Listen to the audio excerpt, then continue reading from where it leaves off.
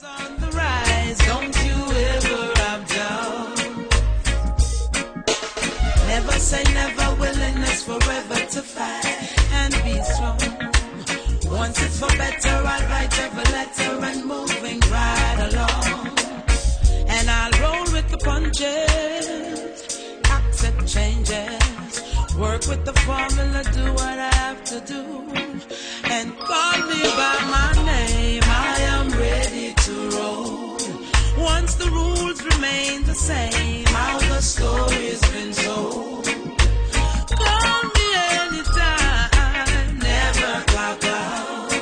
Lioness is on the rise, don't you ever have doubt.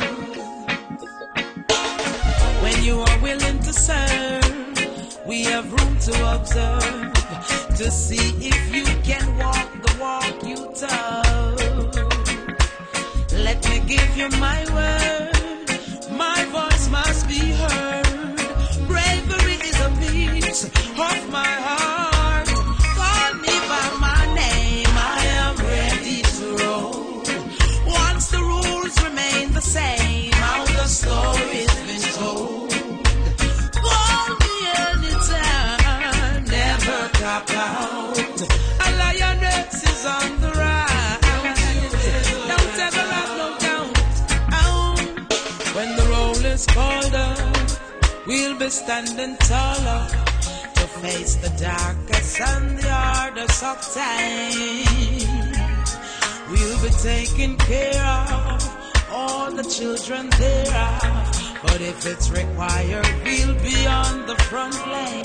You can call me by my name, I am ready to roll. Once the rules remain the same, how the story's been told.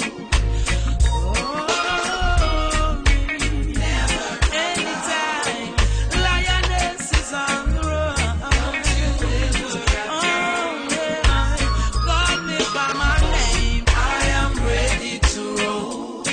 Once the rules remain the same, how the story's been told. Call me anytime, never cop out. A lioness is on the run, ready to roll. Call me by my name, I am ready to roll. Once the rules remain the same, how the story's been told. Call me anytime, never cop out. I'm ready.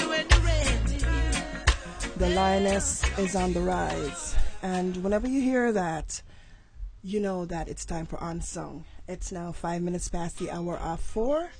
And we're getting ready to do our thing right here in the studios of E21 Air. I'm your host for the evening, and my name is Anmour. And I have an interesting show lined up for you. So stick and stay, and we'll do this. In the meantime, I'm going to play some tracks for you. I'm going to play some music for you.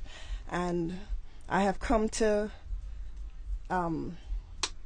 embrace these two tracks as somewhat of an anthem for me.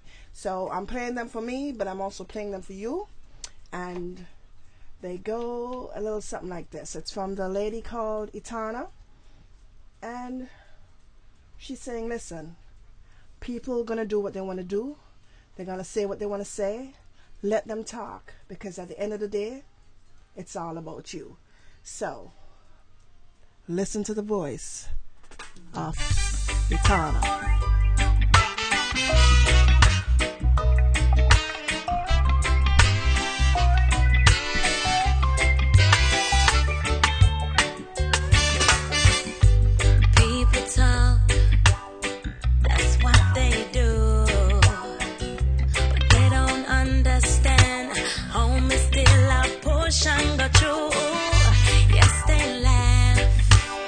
They call me names, but they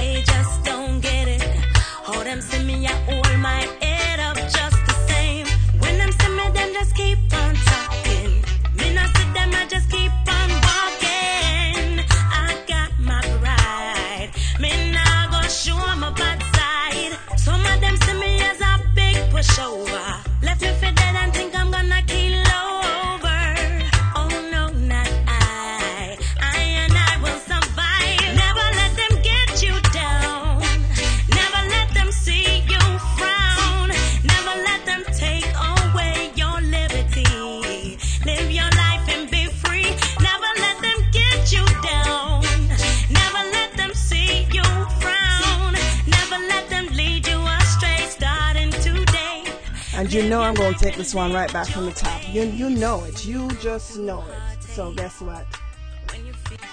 For you and you and you and you, this one's for you.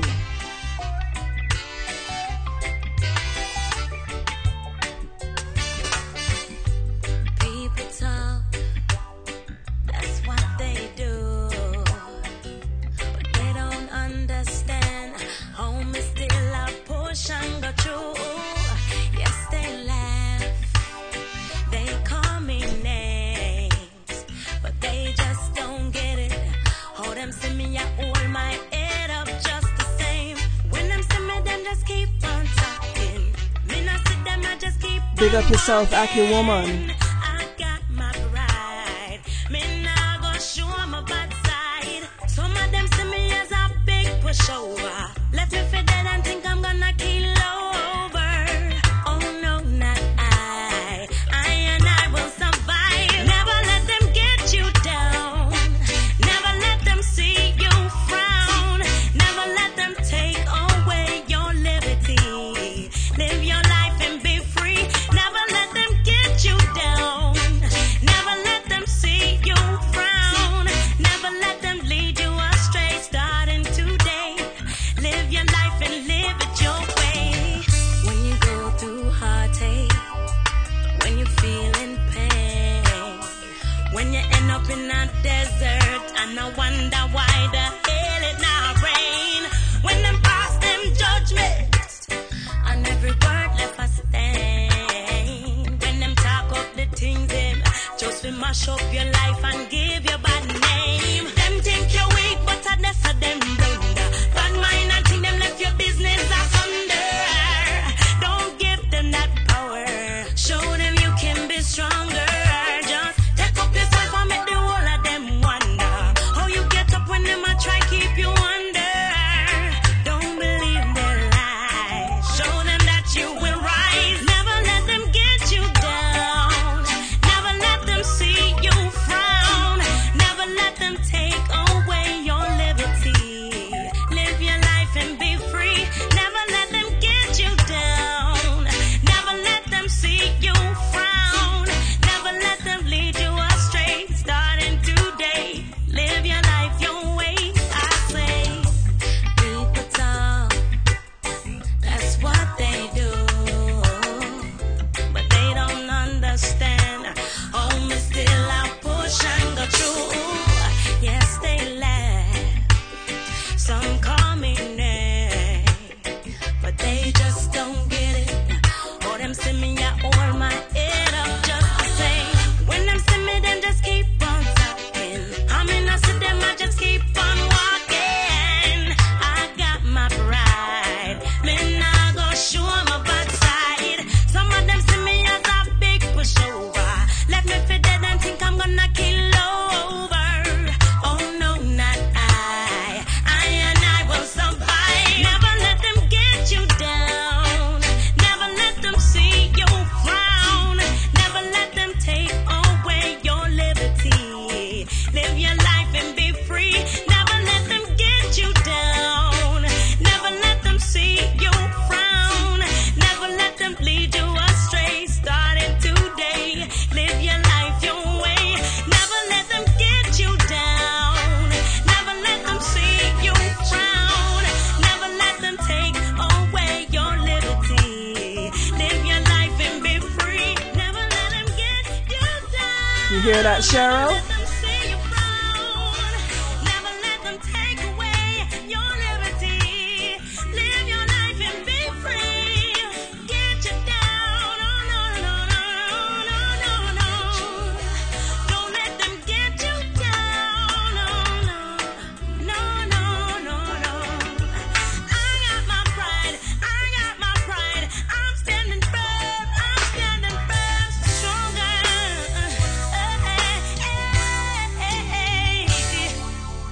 They can't do me like that. What? M.C.F.A.D.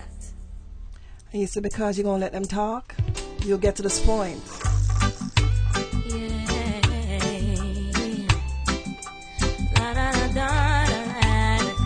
You will definitely not be afraid of anything or anybody. I see them coming after my soul. wanting to take control. Wanna give me laughs, wanna give me bling, wanna give me all the material things. I hear them talking about what the world has to offer. Girl, what you doing, don't you see what they have done to Bedouin and Marcus, Jesus and all of the prophets? But I'm not afraid, no, no, I'm not afraid, no, I'm not afraid, no. If them a come, let them come, 'cause I'm protected by the Most High One. They don't mind when you fall behind and can't pay your bills on time. Prostituting and standing in a them government line. No, and they don't mind when you waste your time coming up with some stupid lines, influencing the youth them for snort a line and take a life. And they don't mind when you're locked up in jail, can't get no bail, sentence for life. I can't see your youth them strive. No, they don't mind. But I'm not afraid, no, no, I'm not afraid, no, I'm not afraid, no. You know we're gonna take this one back from the top. I'm protected by the Most High One. Just like that. Da, da, da, da, da, da, da, da. I see them coming after my soul, wanting to take control. Wanna give me laughs, wanna give me bling, wanna give me all the material things. I hear them talking about what the world has to offer. Girl, what you doing, don't you see what they have done to Bedouin and Marcus, Jesus and all of the prophets? But I'm not afraid, no, no, I'm not afraid, no, I'm not afraid, no. If them a come, let them come, 'cause I'm protected by the Most High One. They don't mind when you fall behind and can't pay your bills on time. Prostituting and standing in a them government line. No, and they don't mind when you waste your time coming up with some stupid lines, influencing the youth them for snort a line and take a life.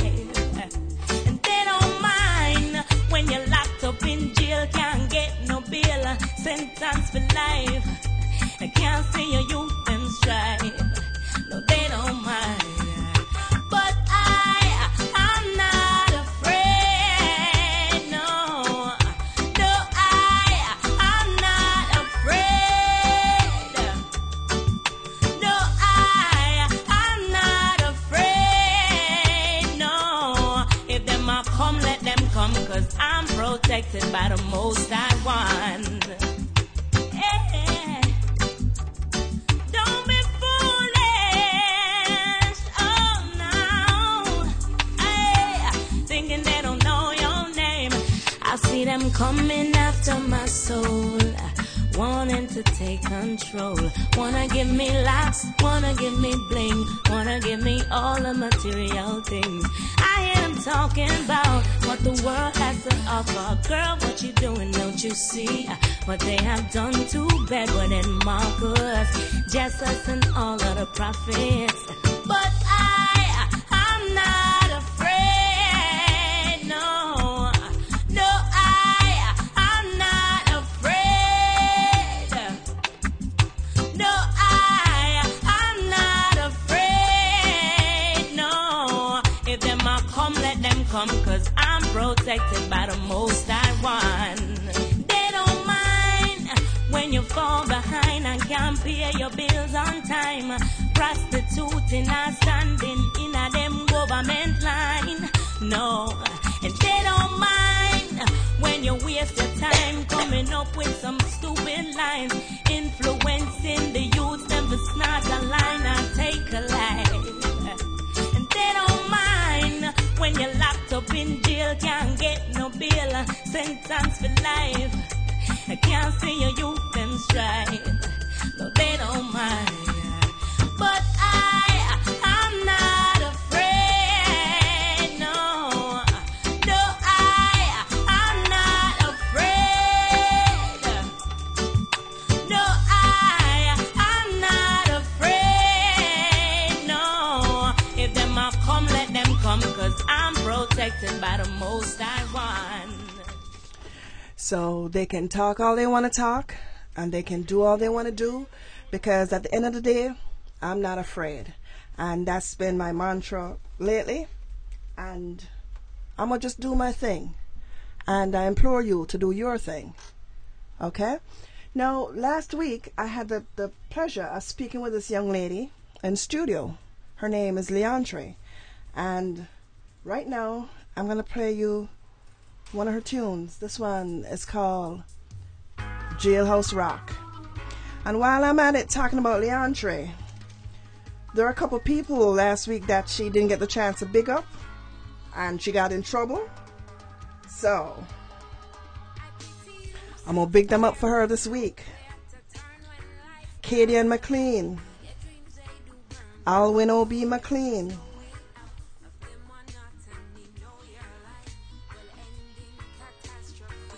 Owen Roberts, and O'Dane Robinson.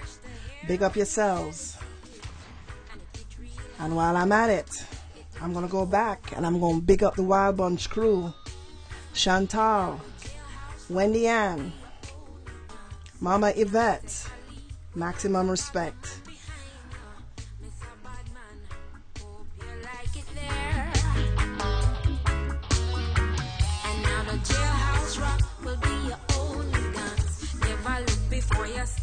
Auntie Merlene and Camille, maximum respect. Why be to you when you never show no mercy on the girl before you rape and kill her? Before her little brother, what about him?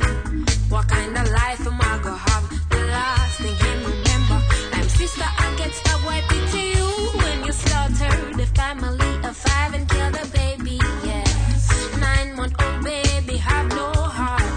So know why you're gonna ball. You should have think about these things from the start. And now the jailhouse rock will be your only dance. Can't take a leap without a bag of man behind you. M.C.F.A.D man, hope you like it there. And now the jailhouse rock will be your only dance. Never look before you step, and now your sins are gonna blind you. M.C.F.A.D man, hope you like it there. All the pain that you caused is gonna haunt you. Guilty conscience, say you never have no heart, and now it's broken. Dirty animal, you do the bad man chant, and now it fail you. Dirty murderer, the friend you used to keep. Now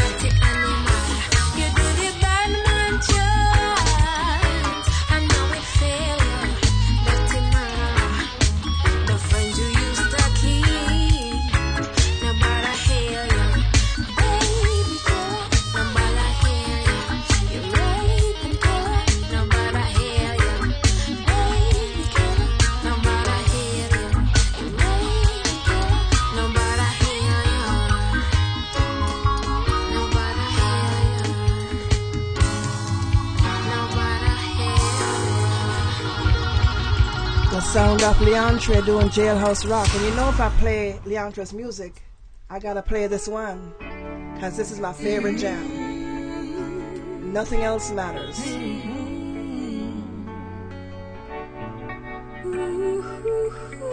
The sound of the fresh new voice out of Jamaica, My smile, Leandre.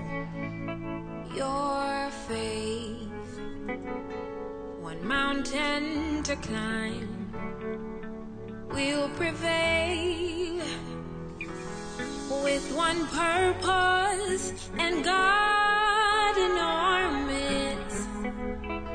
Our love knows no boundaries, time can't erase. No matter how many miles away you are, no matter how seasons change when we're apart, no matter how life unfolds, 'cause when I'm in your arms, nothing else matters, nothing else matters. My smile, your faith, one mountain to climb, will prevail with one purpose and God in our midst. Our love knows no boundaries, time can't erase. No matter how many miles away you are, no matter how seasons change when we're apart, no matter how life unfolds, 'cause when I'm in your arms, nothing else matters, nothing else matters. And you don't have to wonder where to find my heart, it's always where you leave it. If you leave it cold and out in the dark, you'll come back and find it freezing. But if you feed it truth, then without a doubt, you'll come back and find it breathing. As I inhale the possibilities, as I inhale the possibilities, no matter how many miles away you are, no matter how seasons change when we're apart, no matter how life unfolds, 'cause when I'm in your arms, nothing else matters, nothing else matters but us.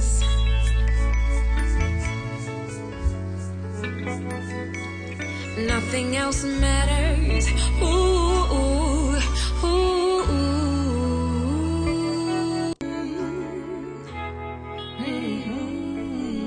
You know, I had to do that, right? By special request and popular demand. My smile, your faith, one mountain to climb, will prevail with one purpose and God in our midst. Our love knows no boundaries, time can't erase. No matter how many miles away you are, no matter how seasons change when we're apart, no matter how life unfolds, 'cause when I'm in your arms, nothing else matters, nothing else matters. My smile, your faith, one mountain to climb, will prevail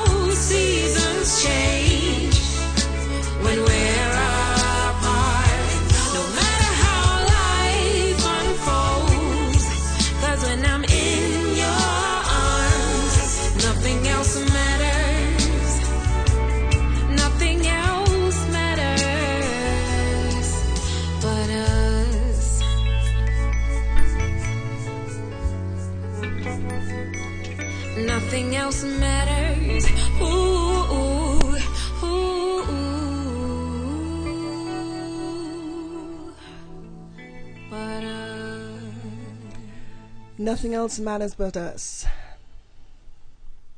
Nothing else matters. The sound of Leandre.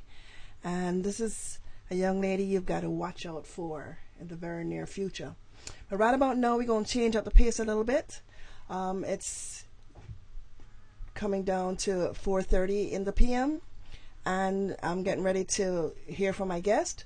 But in the meantime, I'm going to play this one for a friend of mine, DJ Cameron. He just reached a milestone, a major milestone. And so the line out of the song that came to mind is that I got tired for see your face. And so DJ Cameron, this one is for you. Let me pull that up from the top.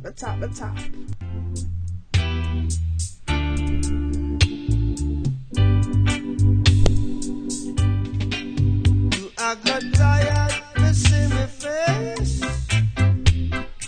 Can't get me out of the race. Oh man, you said I'm in your place. And then you draw backyard. I make you draw backyard. And then you draw backyard. Propaganda spreading over my name. Say you wanna bring another life to shame. Oh man, you're just playing a game. And then you draw backyard. I make you draw backyard. I make you draw backyard. I want to disturb my neighbor, 'cause I'm feeling so right.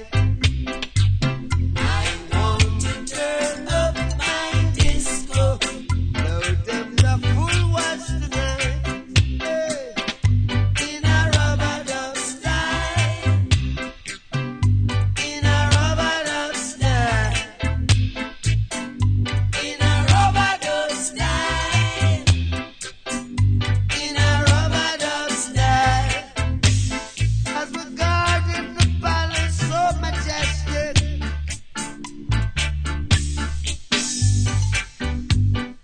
guard in the palace so realistic.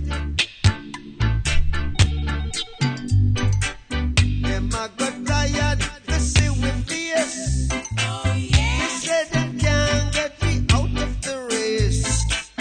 Oh man, it's just a big disgrace. The way you draw backyard, the way you make wrong moves, the way you draw backyard, I make you draw backyard, I make you draw backyard. In a rubber dub style, rubber dub style.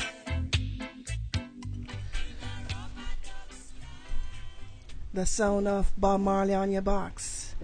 And it's now that time when I'm going to speak to my guest. I have my guest online.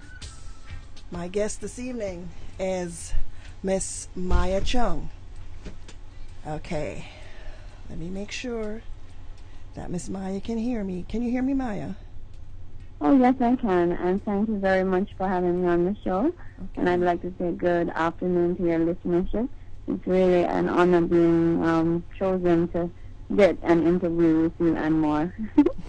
The honor is all mine. There is so much I want to talk about because I've been doing my homework, but I'm going to do this the right way. Yes. Ladies and gentlemen, today we're going to talk about autism, and our focus will be on awareness in Jamaica.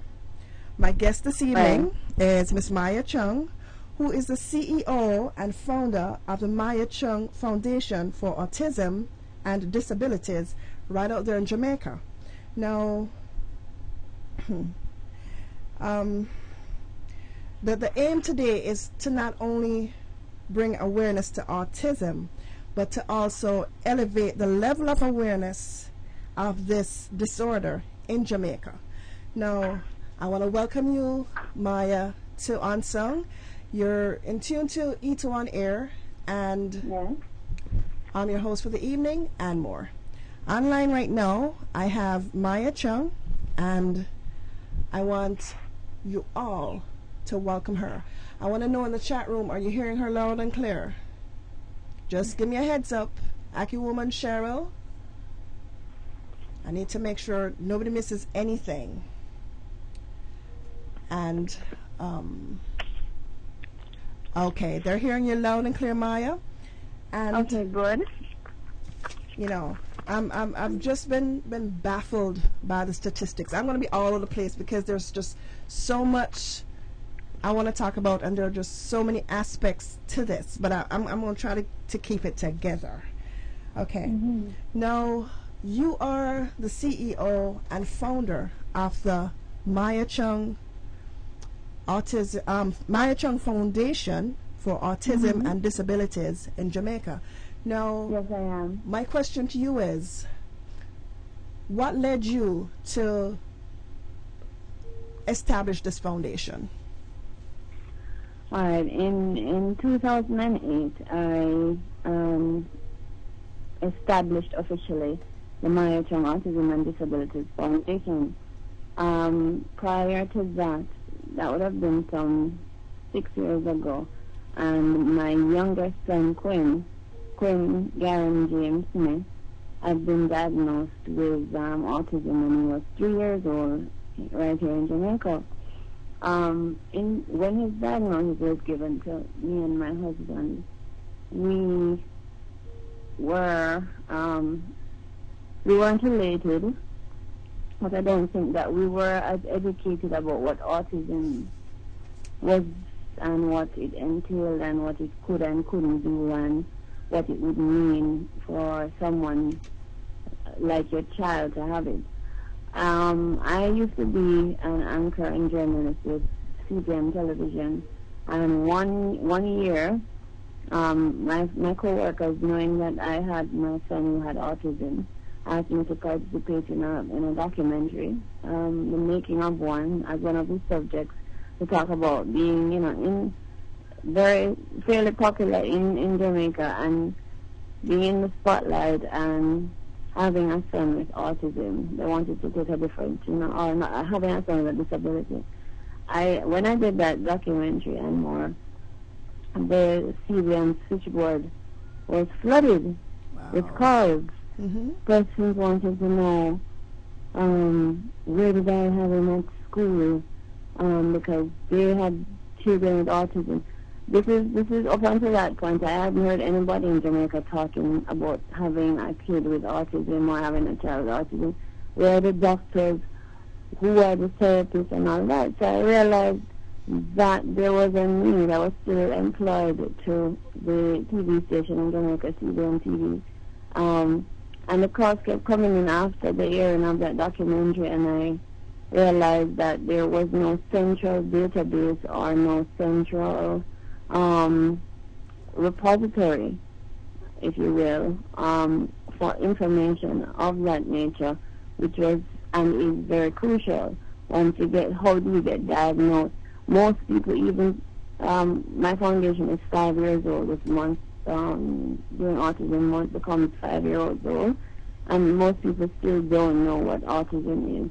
So that exposure through that documentary, which stirred up all the questions from members of the public who out here they'd gotten to know me as Maia Chung on CBM TV, pushed me in a direction to say, well, I am a journalist and I do have the capacity and ability to make links and to find out information. So why not formalize it and start a foundation? And therein, thus it was born, and with the main platform being advocacy and awareness and information dissemination. That is how it all began as an official force or foundation in 2008. Okay. Now we've gone way ahead of ourselves, and I know, and a few of my listeners know, but we hear the word autism thrown around so very loosely, and a lot of people, there's so many different aspects to it, but let's back up a bit, and for those of our listeners who don't know, would you like to tell us a little bit, explain to us rather, what autism is? Well, I'm speaking, I hope your listenership understands that I'm speaking purely as an advocate and someone who lives with disorder through the fact that my son has it. I'm not a medical person, but at this point, persons would understand that I have some sort of understanding of autism. Okay. But even when I give you the definition, autism is so puzzling. Even when you live with it, you never really understand it. But if you want a formal definition, the Mayo Clinic actually has autism in its definition as one of a group of serious developmental problems, and it's called the autism spectrum disorder. It appears in early childhood, usually before the age of 3. Symptoms vary, and all autism spectrum disorders affect a child's ability to communicate and interact with others. The number of children with autism is rising in Jamaica and globally, and it's not clear right now whether it is due to better detection and reporting of autism, or really increase in the number of cases, or both. I personally think it's both. Okay. But that's basically it. It is a spectrum of disorders. So you have autism, you have in that diagnostic range, you have something called Asperger's, and then another version called PDD, NOS. NOS, right. Pervasive developmental disorders not otherwise specified. It's very highfalutin sounding. But once you have autism, you can fall anywhere in the spectrum. So think of it like the vitamin spectrum that goes from A to zinc. Okay. It's one thing, it's one vitamin, but you can be in that spectrum. You can be A, or you can be B, C, F, or Y. It affects your brain. So unless you have a different disorder that is accompanying autism, someone with autism in a brain disorder doesn't look different from anybody else. What makes them come off as different is their behavior, because they tend to stay to themselves. They're very loner oriented. The communication or ability to speak is usually delayed or hampered. There can be aggressive behaviors and or repetitive behaviors that accompany this. So you'll find your child, if you're suspecting autism, just circling one, have a toy and just doing one action with the toy. Probably if they have like building blocks, they're just stacking them repeatedly over and over again. Those are some of the symptoms that people can look for along the spectrum. And then once you see those signs, you go to a specialist who will break out for you whether you are severely autistic. You have Asperger's, which is a high-functioning kind of disorder where you're not as, it would appear that you're not as affected, but it is still autism, and it is still as bad as severely autistic, depending on where you fall. Or you could be PDD, NOS, which is pervasive developmental disorders not otherwise specified. Okay. Now, basically, there's the stigma. There's a definition that says that autism is a brain disorder. Sometimes people say it's a disease as opposed to saying it's a disorder. Now, I tend to recognize the word disorder as opposed to disease, because I recognize that it is not a disease. But based on that and ignorance, people tend to, there's a stigma associated with autism, as it is with many other diseases, and and so there comes with that an element of shame or denial, or just not being able to cope, and so kind of giving up due to the ignorance, rather. Yeah, you're right, Anmour. Autism is actually a disorder, so it's not a disease. Should not be. If somebody is correctly classifying someone, it's a brain disorder. It's not a syndrome. It's not a disease. So, and if we can, any of the listenership can learn anything at this point, it's that it's a brain disorder. It's not a disease, and it's not a syndrome. Okay. Even though Asperger's, which is a part of the autism spectrum of disorders, is classified as a syndrome, but there are reasons for that. Autism, yes, here in Jamaica, and I gather globally, but I'm speaking from my experience, especially as an advocate and having worked with so many families with the disorder. Autism carries with it an element of shame and denial. My son was diagnosed at age 3 simply because I refused. I was familiar with he's now going to be 13 in May, and he was born in the year 2000. And when I was attending university, I became familiar with the symptoms of autism, and I saw them from as early as 18 months, which is what the global scientific and medical community is asking parents to look out for. Look out for the symptoms. It mostly affects boys, but it still affects girls. But look out for the symptoms, and within the period of 18 months, you can tell whether or not you suspect autism. And early intervention has been in 99% of the cases, even though they don't know a cause or a cure. Intervention, once you find which one of the areas you fall into, has been proven. I think that is one common factor globally. Intervention has been proven to take the person from a lower tier to a higher tier, even if it's not a perfect resolution. Denial, yes, because, I saw the symptoms and more, and my husband didn't know them as well as I did.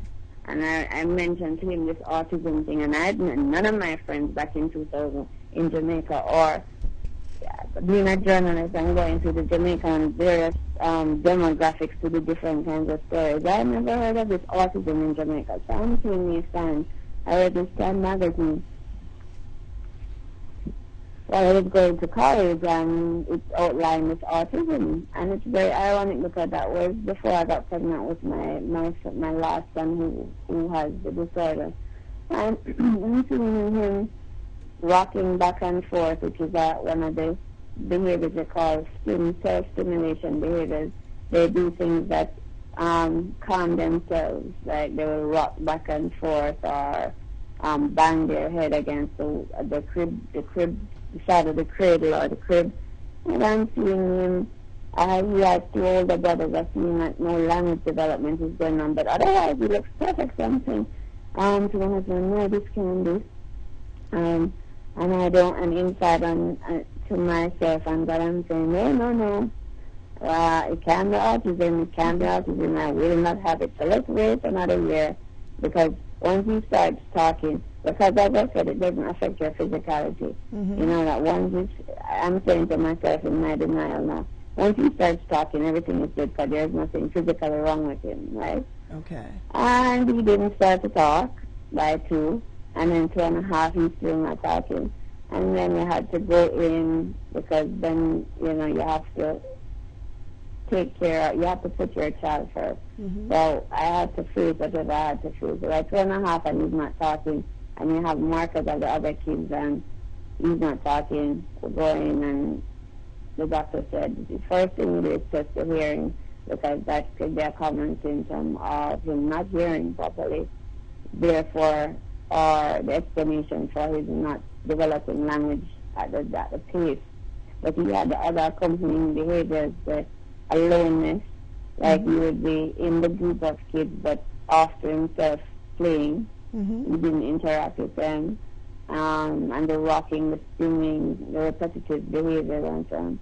So we started off with the requisite test, which was the hearing test, until we progressed right up into the fact that he fell squarely in the autism disorder. There's a lot of denial, because that's how the foundation came about.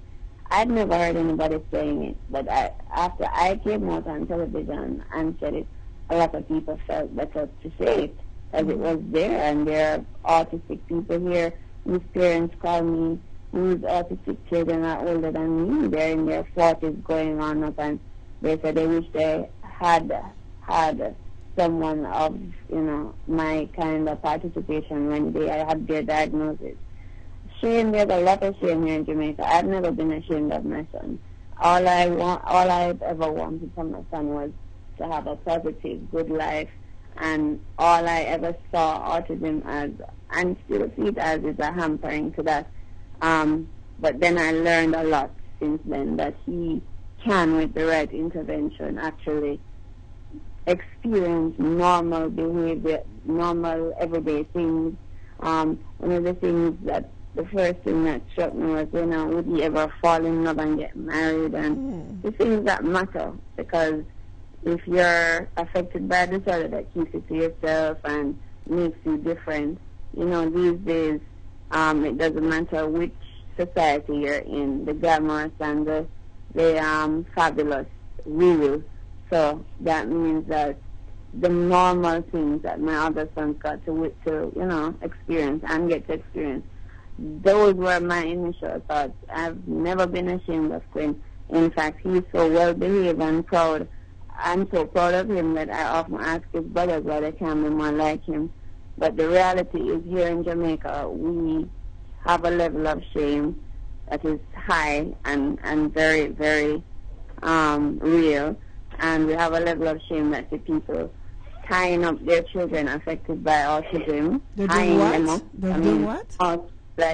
Yes, in Jamaica, we tend to put a particular housing design called the grill on our house. You'll have persons, because they don't really know what they're dealing with. Exactly. Since I came out, that a lot of people, those who could afford it, those who could afford to get certain therapies, because the therapies are very expensive and more. In here, we have to use your society's statistics in the main, because Jamaica is in its nascent stages of collecting statistics as it relates to autism. But in America, it has been determined that for the lifespan of an autistic person to get requisite, we're not talking about above average, but just required care and therapy, it's $3 million US.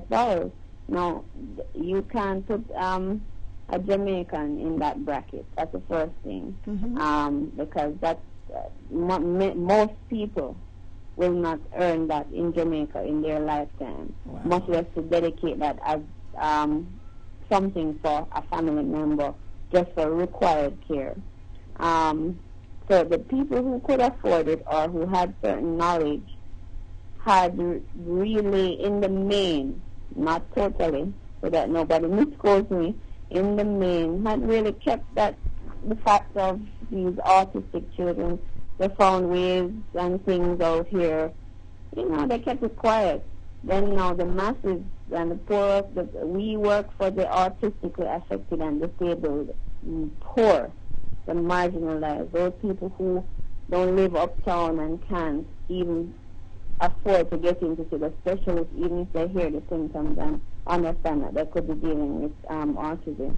Okay. So a lot of these people don't know what they're dealing with. There was no information. Even currently, after 5 years of advocacy and trying, we're a non-profit and a non-governmental, so we're dying for a lack of funds. People really don't know, but they know more now than they did before. But yeah, this is a country where we have cases, too many cases where they're tied up, and ironically, the parents will tie them because the autistic child doesn't know danger. So they will run off into the street and get hit by a car. I have a client who, she doesn't tie her son, but he's quite aggressive. We've been working on his case since the inception of the foundation, and he runs off. He's been hit by a car. He's just 15 now, and that was like 2 to 3 years ago. He's been hit by a car already, having dashed out into the street, and he has no front teeth as a result. He's walked by the glass storefront of stores and just punched his hand through the glass to the point where his hand has been so badly injured he'd had to be anesthesialized to, just get stitches in, because basically they don't cooperate if they don't have the right intervention. And so, there is a lot of shame. And in Jamaica, we're a developing nation, so there are a lot of myths that accompany it. I don't know what the version of the myths over there are, but we have cultural stigmatization that seek to things like black magic, or, you must have been a victim of black magic one, or we're a very Christian, we are a Christian country, or sins of the father, and it's something we did, or prior to the diagnosis autism coming out, it was classified by Leo Kanner in the 40s. It was blamed on the mothers, and that was global, that was European. It was blamed on the mothers' coldness or frigidity towards the child. But science has subsequently shown that those are myths.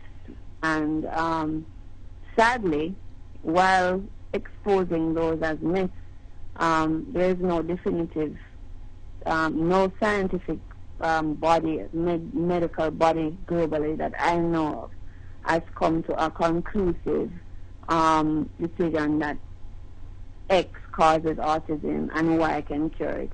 It's a multiplicity of causes that overlap, and there are multiplicity of approaches to assisting people with autism. You know what? You've touched on I said a mouthful, didn't I? Yeah, but you've touched on so many issues that I want to mention, but at least you've introduced them, and I'm definitely going to have to play the disclaimer at the end of this conversation, because I just want to say it from now that the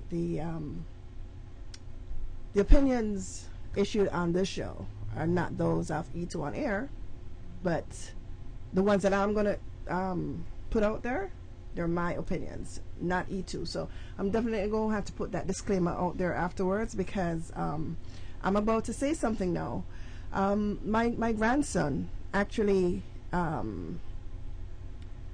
has this disorder. I'm just learning about it. I learned about it through the owners of E2 on air, because they have a son who is autistic, and Michelle Arthurton, the mother, is an advocate for autism, and she has taught me so much. And had it not been for her, I would not have realized that my grandson was autistic. And when I think of autism, I think of the spectrum. I think of a rainbow, and the different in moving from the left to the right determines the different what's the word I'm looking for? The different levels or the different types of autism. That's a good analogy. Right, so I see my grandson as being far left of this rainbow, far left of the spectrum. So he's not as affected as many others. But in terms of behavior, when he tells you, I'm not doing that, it's not from the perspective of being rude. He's just telling you, listen, I can't do that, or I don't know quite how to explain it, But at first, people, I'm very protective of him. But because they're even though we're in the United States, there's still people who really don't understand it.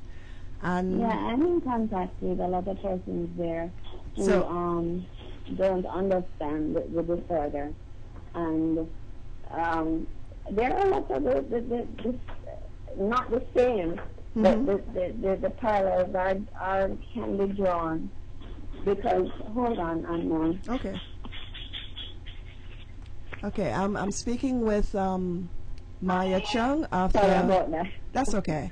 I'm speaking to Maia Chung of the parallels can be drawn. Okay. And you're right in terms of people. It's very dangerous autism. So I see, and maybe I'd love to jump in with my own disclaimer. I always speak on my experience. I always speak on as an advocate, not as a medical person, but I do have credibility in the fact that I've lived with it for 13 years, and my son is really doing well. And my disclaimer is I speak based on what research I've done, the specialists I've spoken to, and the types of interventions and stuff that have worked with my son. And I guess I speak as a case study, not as an authority, so I'd like to throw the disclaimer in. That is what is dangerous about autism, because as a rainbow, yes, the fact that their physicality is not affected, it's the brain that is, and the behavior makes them look odd. So if they sit still, they don't look different. But if you're going around in a circle, you're going to look different from the other kids standing beside you who are supposed to be sitting. You're supposed to all be sitting down in a classroom, and then this one kid is just going around and around in a circle. That is what makes them look different. Now, it is not easy for the human mind to wrap itself around the fact that, Maya looks just like me, and she has no broken or twisted arm, or there are no features or characteristics that identify. She just acts different. Acting different is what autism is about, if you want to just strip it down to its bare bones. And it's not easy for people to be patient or stop and just, this might be autism, might be Asperger's, or it might be something or the other. And so it opens them up to a whole bunch of abuse, as well as a whole bunch of other dangers, because they don't know, they seriously have social deficits. They don't know how to interpret people being mean to them. They are vulnerable in that because they are not programmed on the social side. They can be led astray. They can be sexually abused, which has happened. They can be physically abused, which has happened. The whole thing of running out into the street and getting hit by cars, they don't know danger. So the whole social composite or element then, rather, that should be there, that chip, is not there. And not just in Jamaica, but globally, we're not really that tolerant globally of what you would say is a difference. So whether it be autism or racial or so on, you can do the translation or the extrapolation. So yeah, you're completely right. People will look at it and they say, "Boy, that kid is so spoiled. His mother or his father has no control," and blah blah blah. And but if you're on the flip side and more, can you really blame them, because your grandson or my son doesn't look different from me and you or them, and it's doing behaviors and it's not printed on their forehead that they're autistic. And so it's a really difficult road. It has broken up many marriages in Jamaica. I gather that is a global fact among families affected by autism. The everyday of it, the bread and butter issues of it, it's very hard. And then on the other tier, some people will look and say, "But physically, the person look okay. It can't be that big a deal."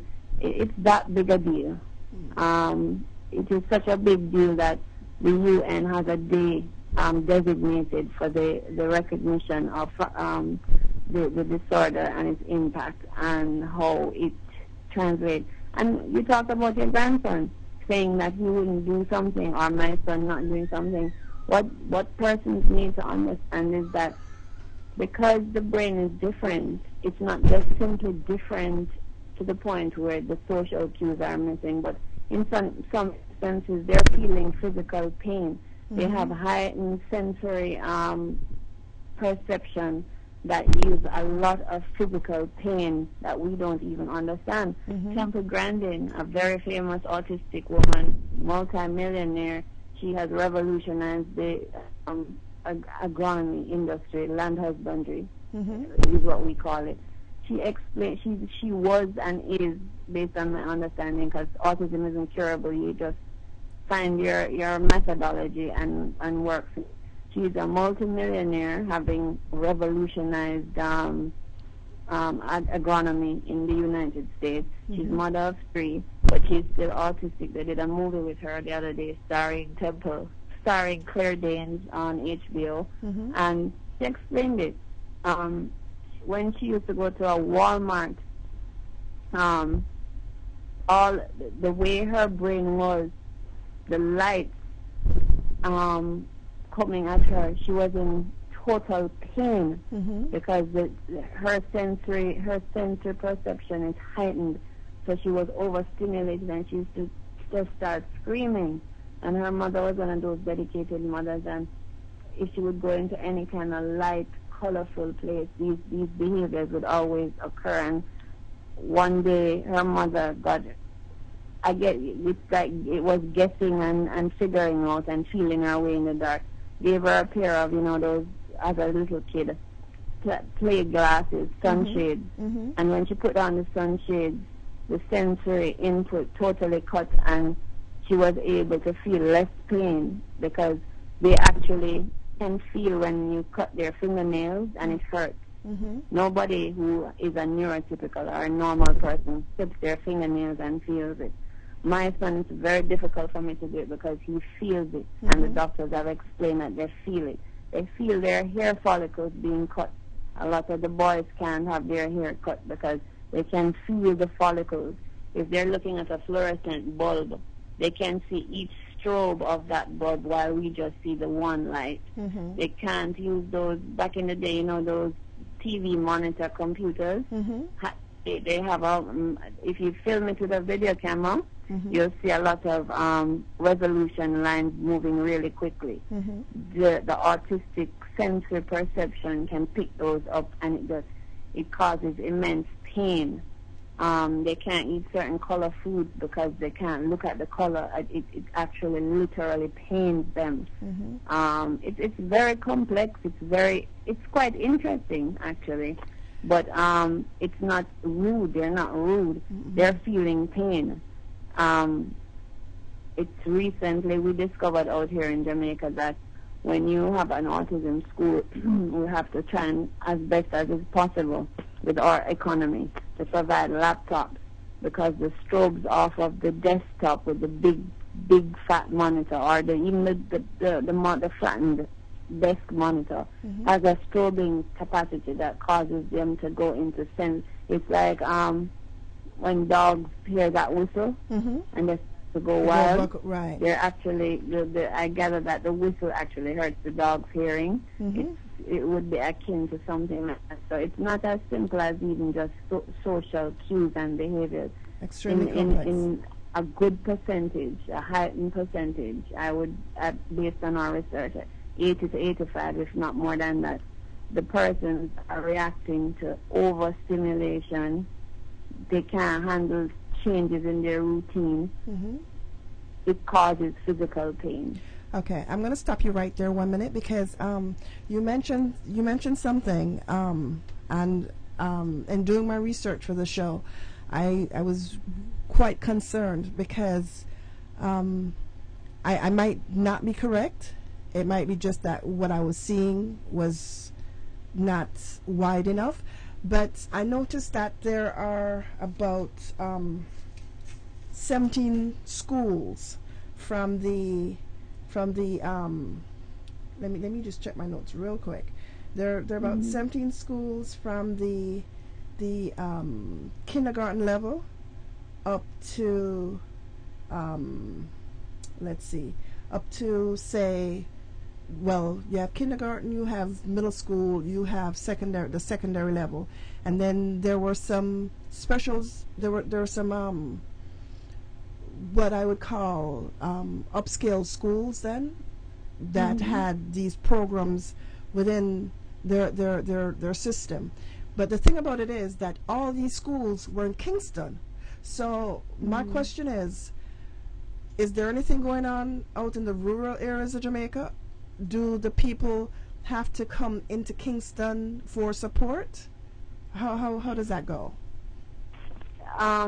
We have a school for autism in every parish. Okay. That's on the research of my foundation. Okay. In every parish. I don't know if the American audience understands the breakout of our country, but Jamaica has 14 parishes. St. Andrew and Kingston is a parish, which is the capital. Kingston is the capital city of Jamaica. But you're quite right. I'm not sure about your figures in terms of 17 schools. I can't confirm or deny.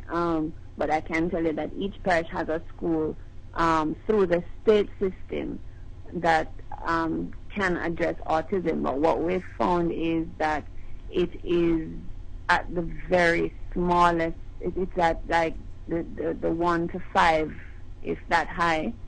So yes, you will have a school in Trelawney, which is a parish which is way out from Kingston. But once you pass a particular level, and that level is really early, like 3 or 4, there is nowhere else for you to go in that parish.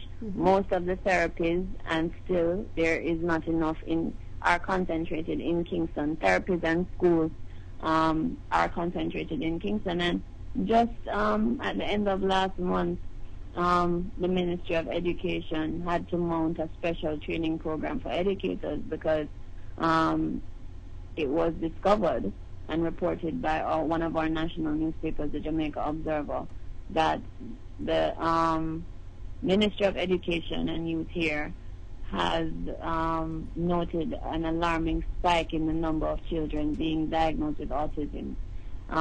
Through their education program, Education System Transformation Program, ESTP, they embarked on a thrust to improve the capacity of local educators who are required to treat students with the autism spectrum disorders. And we have a professor here, Maureen Samsborn, who specializes in that area, and she's the chief and the most revered person here as it relates to autism and diagnostics and research, etc.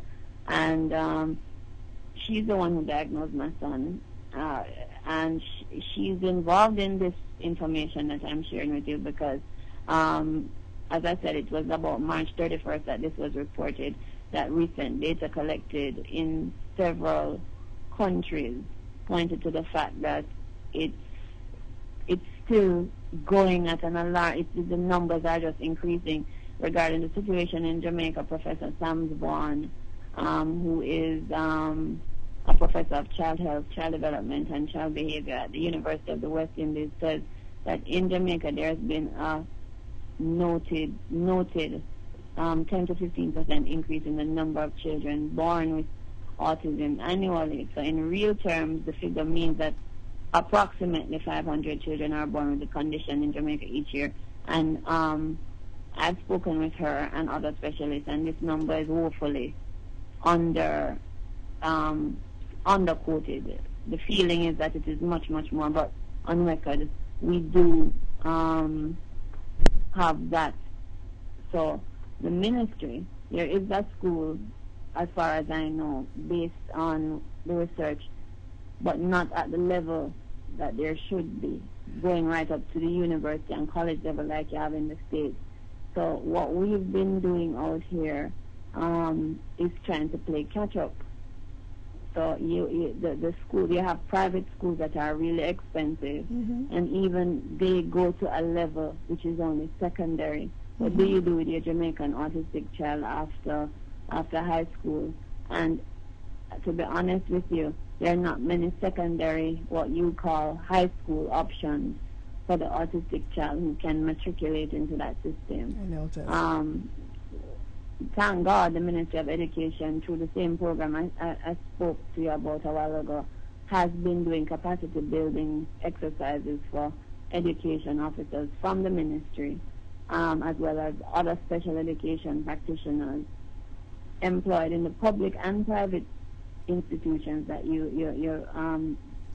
reference, in order that they may become some sort of point of intervention and increased resources as it relates to treating with the problem. So we definitely don't have enough schools. We definitely don't have enough specialists. I can put it into a more clearly understood perspective.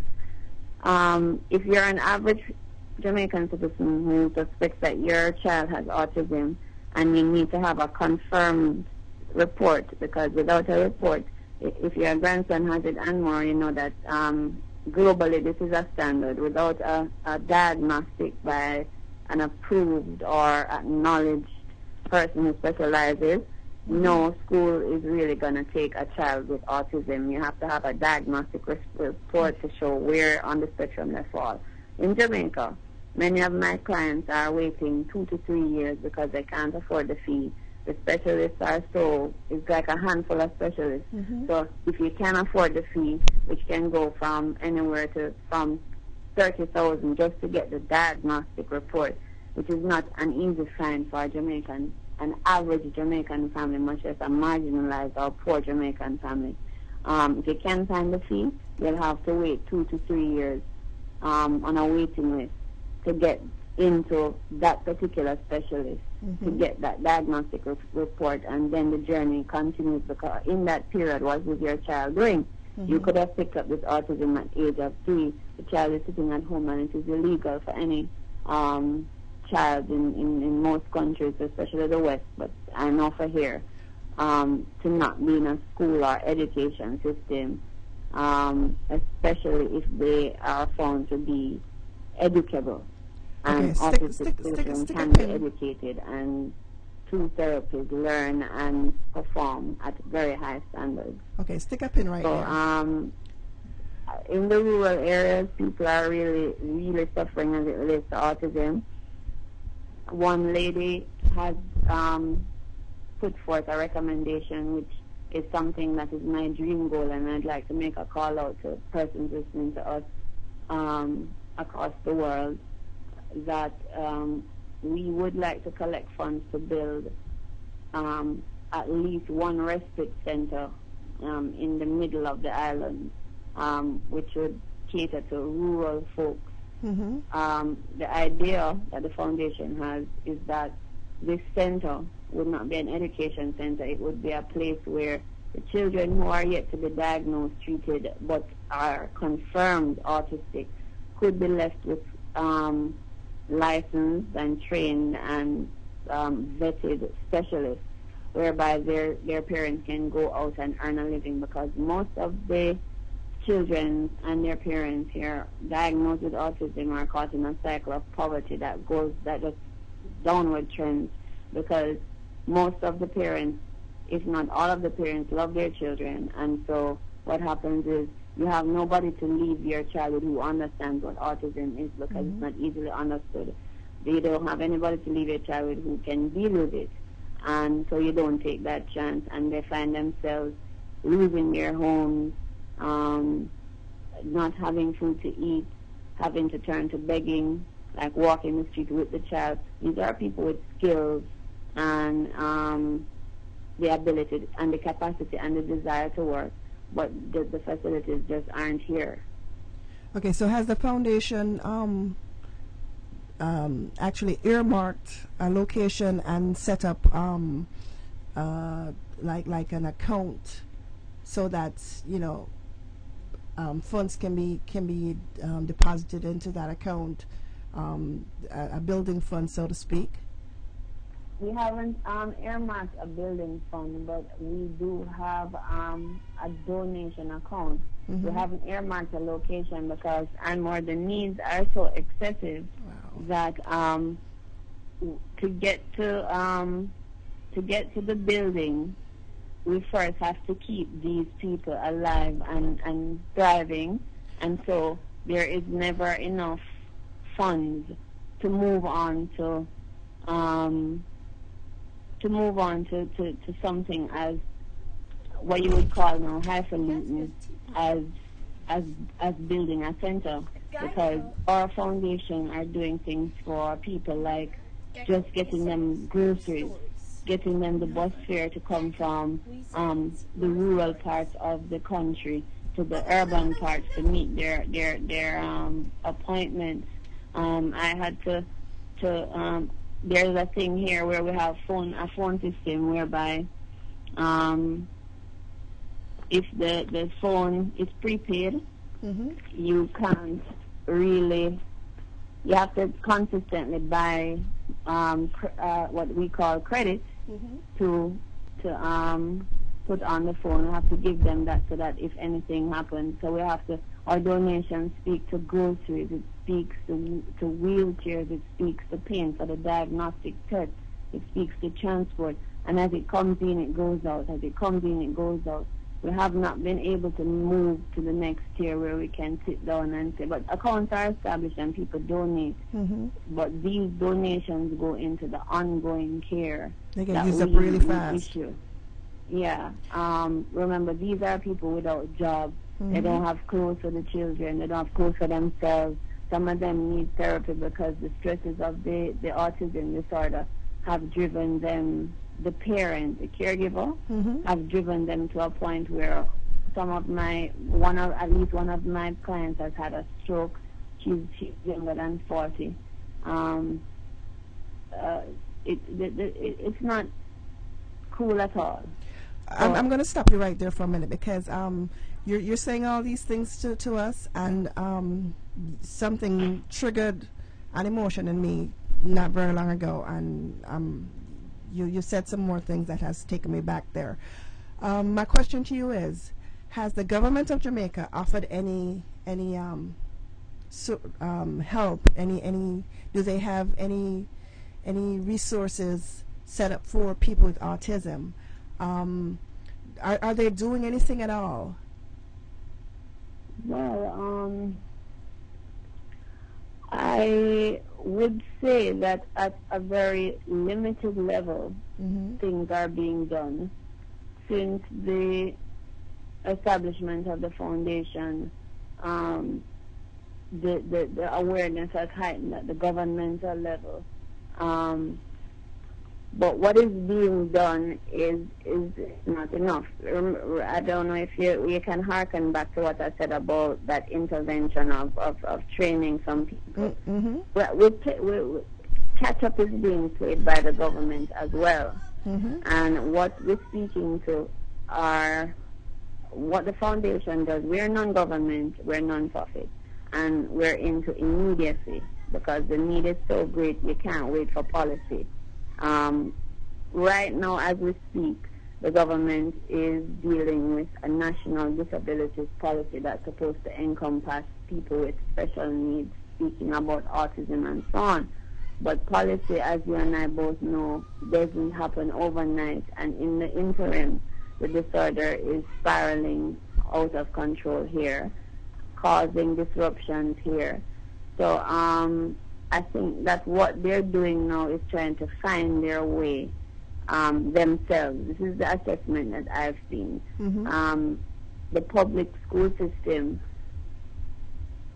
does not really cater to autistic persons, which would speak to what is government doing, right? Autistic persons are not covered by health insurance, and that should be something that our government is looking at. We government right now, to me, in my assessment, as I also, the cabinet, which is a part of we follow the Westminster system of government, and we have national advisory boards that speak to giving the head of state or the prime minister here information and advice and recommendations for policy. because you have to really inculcate policy to do some major damage into to helping the affected. What we do is keep hope alive, the foundation, until such time. Right now, they're getting educated and playing catch up, and it's not enough. And I don't know, I can't tell you definitively that they have the wherewithal to realize how really important this issue is, because then you're going to hear, okay, what about the persons who have cancer? What about the persons who have Down syndrome? But autism has been breaking all the rules, right? It basically has changed the game. It's a game changer. And it is so unpredictable. It knows no race, or it knows no gender, because it affects females even though it affects women, men mostly, boys mostly. The government here seems playing catch up, and I would just go on record to say that I think they should become acquainted or become aware of the urgency of the state as it relates to autism. It is particularly a particular imperative among the disabilities community, because it's taking the numbers as to what is classified as a disability, and it's out of the typical range, because there's a typical range, I believe, that the World Health Organization has predicated on prior to autism, which was that in a typical society, about, you can basically say 10% of the population is affected by a disability. With autism and its abnormal, voracious, just carrying on, it's just coming at us like a speeding train. That number has been moved up to as much as 20%. I think the UN has gone, because autism has taken disabilities to a new level in terms of numbers and so on. I think the Jamaican government needs to understand and throw more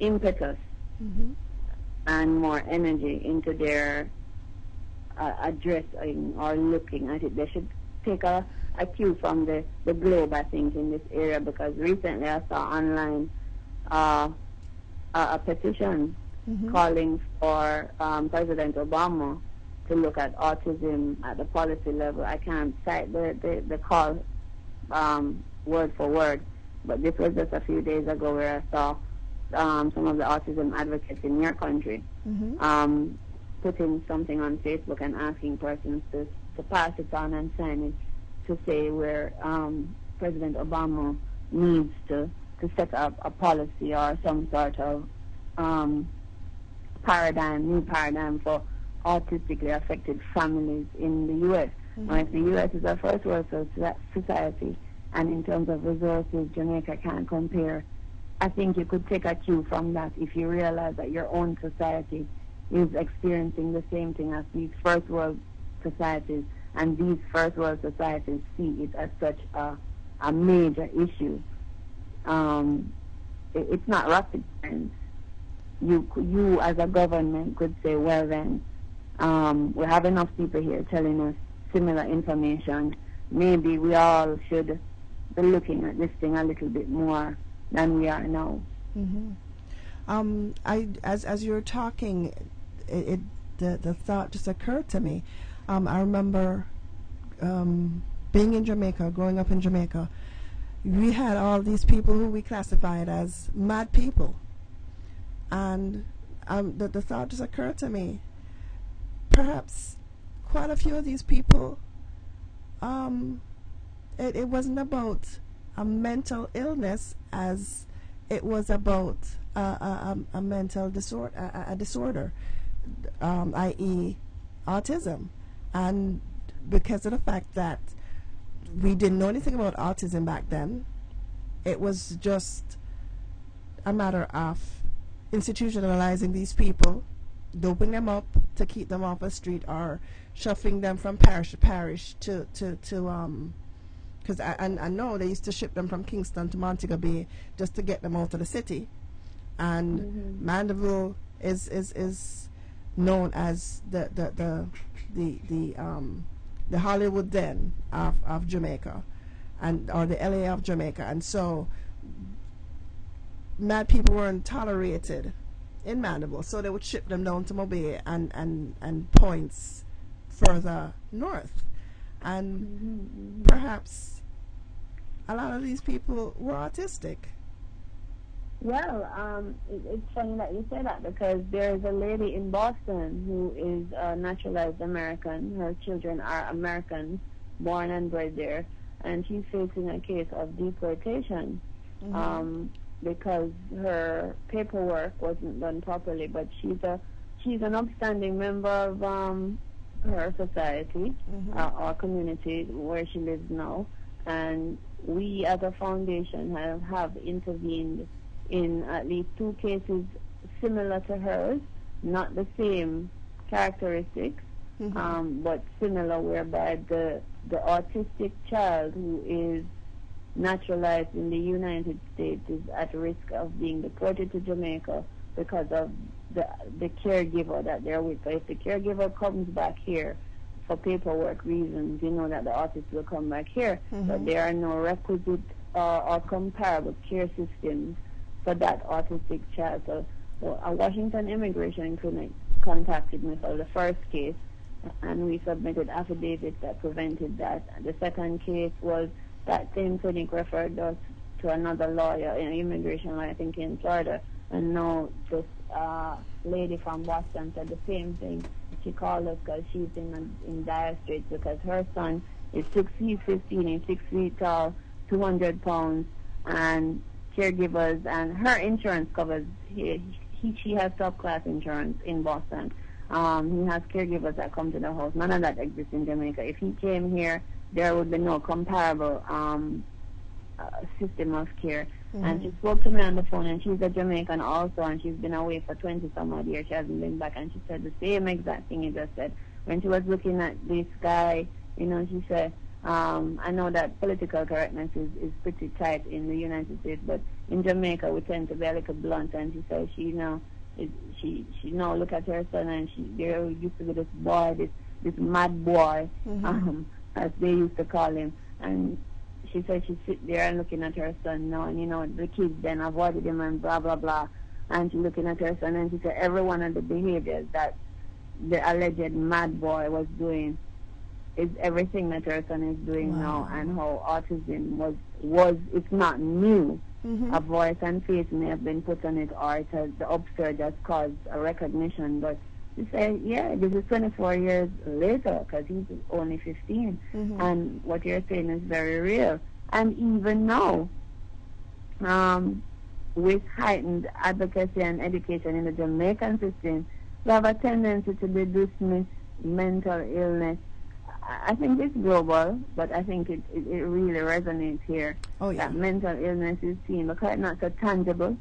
You must toughen up or just dismiss every intellectual disorder or syndrome or quirk as madness, and you know, mental illness is not seen as something you laugh at the madman or the mad woman, and by the mere use of the word mad, as opposed to mentally challenged or mentally disabled, shows you how it is seen there. And as I said to you earlier when we were speaking, really, there are a lot of persons who don't know what they're treating with and just think that the person is insane. Prior to they call autism like new, because the Leo Canna made his discovery or his terminology reference in the 40s, right? So in the medical community, for something to be classified in the 40s, they cite that as new, right? But 1940, I'm not good at math. Is that over 50 years now? I'm not good at math. Don't sue me.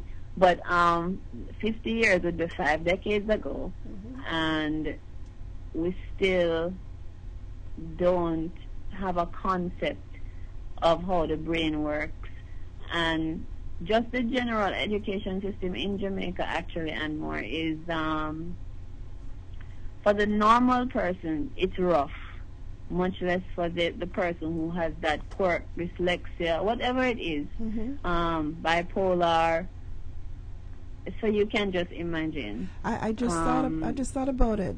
You know, just recollecting, talking to, seeing some quote unquote mad people operate, and you wonder how these people are supposed to be mad, but the level of intelligence is just off the charts.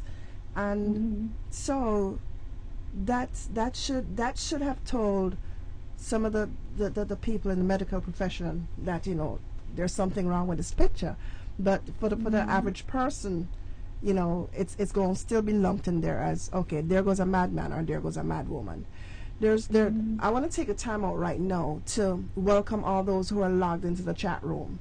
And we have Aki Woman is in the chat room, and she's saying that, you know, she wish she had the skills and education to help out down there. And my question to you is this. There's some people who are just normally, they're just naturally good with kids, and because of their patience and their nurturing nature and stuff like that. And because like me, I surprised myself and just taking a cue off of Michelle Arthurton. I look at Michelle and I see the dedication to her son. I have learned how to kind of hone my behaviors and hone my skills in order to deal with my grandson. My grandson and her son are on totally opposite ends of the spectrum, but just seeing her operate, I am able to deal with my grandson. I don't know if I'll be able to deal with somebody who is much further along the spectrum than her son or my son is. But is there any kind of training programs there, or is there any way that people such as Aki Woman who just want to help could you know, volunteer their services or do whatever is necessary to kind of help out to alleviate the stresses? All right, I think that's why our foundation has been so successful, because people think to help needs education, and to be philanthropic needs major wealth. It does not. It needs somebody who is like a connector, and that's what I am.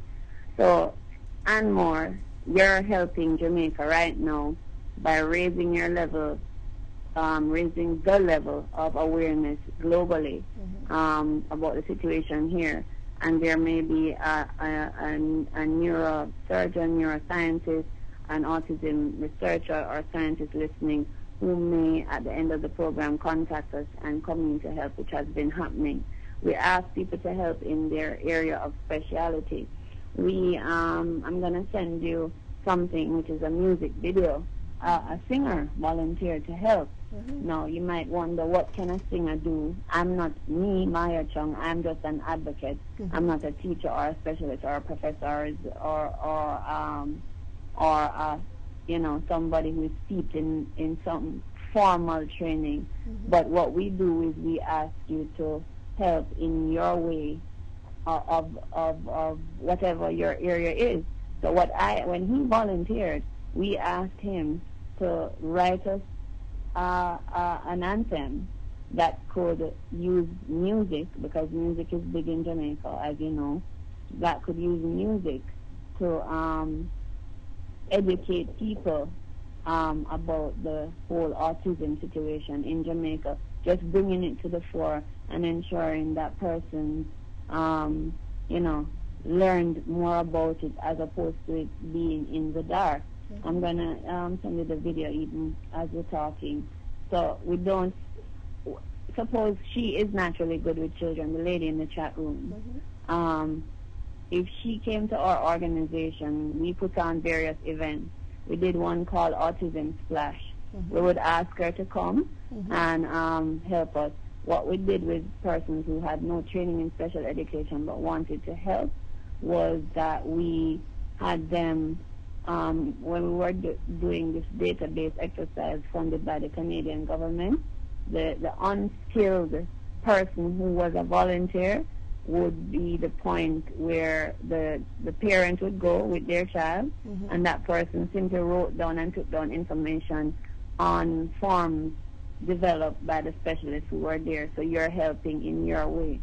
Persons who own a catering company could provide lunches for a school, maybe at a discounted rate, and if they're that wealthy, just provide lunches for autistic children, for the parents who can't work and who can't afford to send the kid to school because they can't pay for lunch. Maybe they can find the money to take the bus up to the school, but everything else is thin. So that is how people help. You come to me in my practice, in my foundation, and my foundation is the only autism foundation in Jamaica.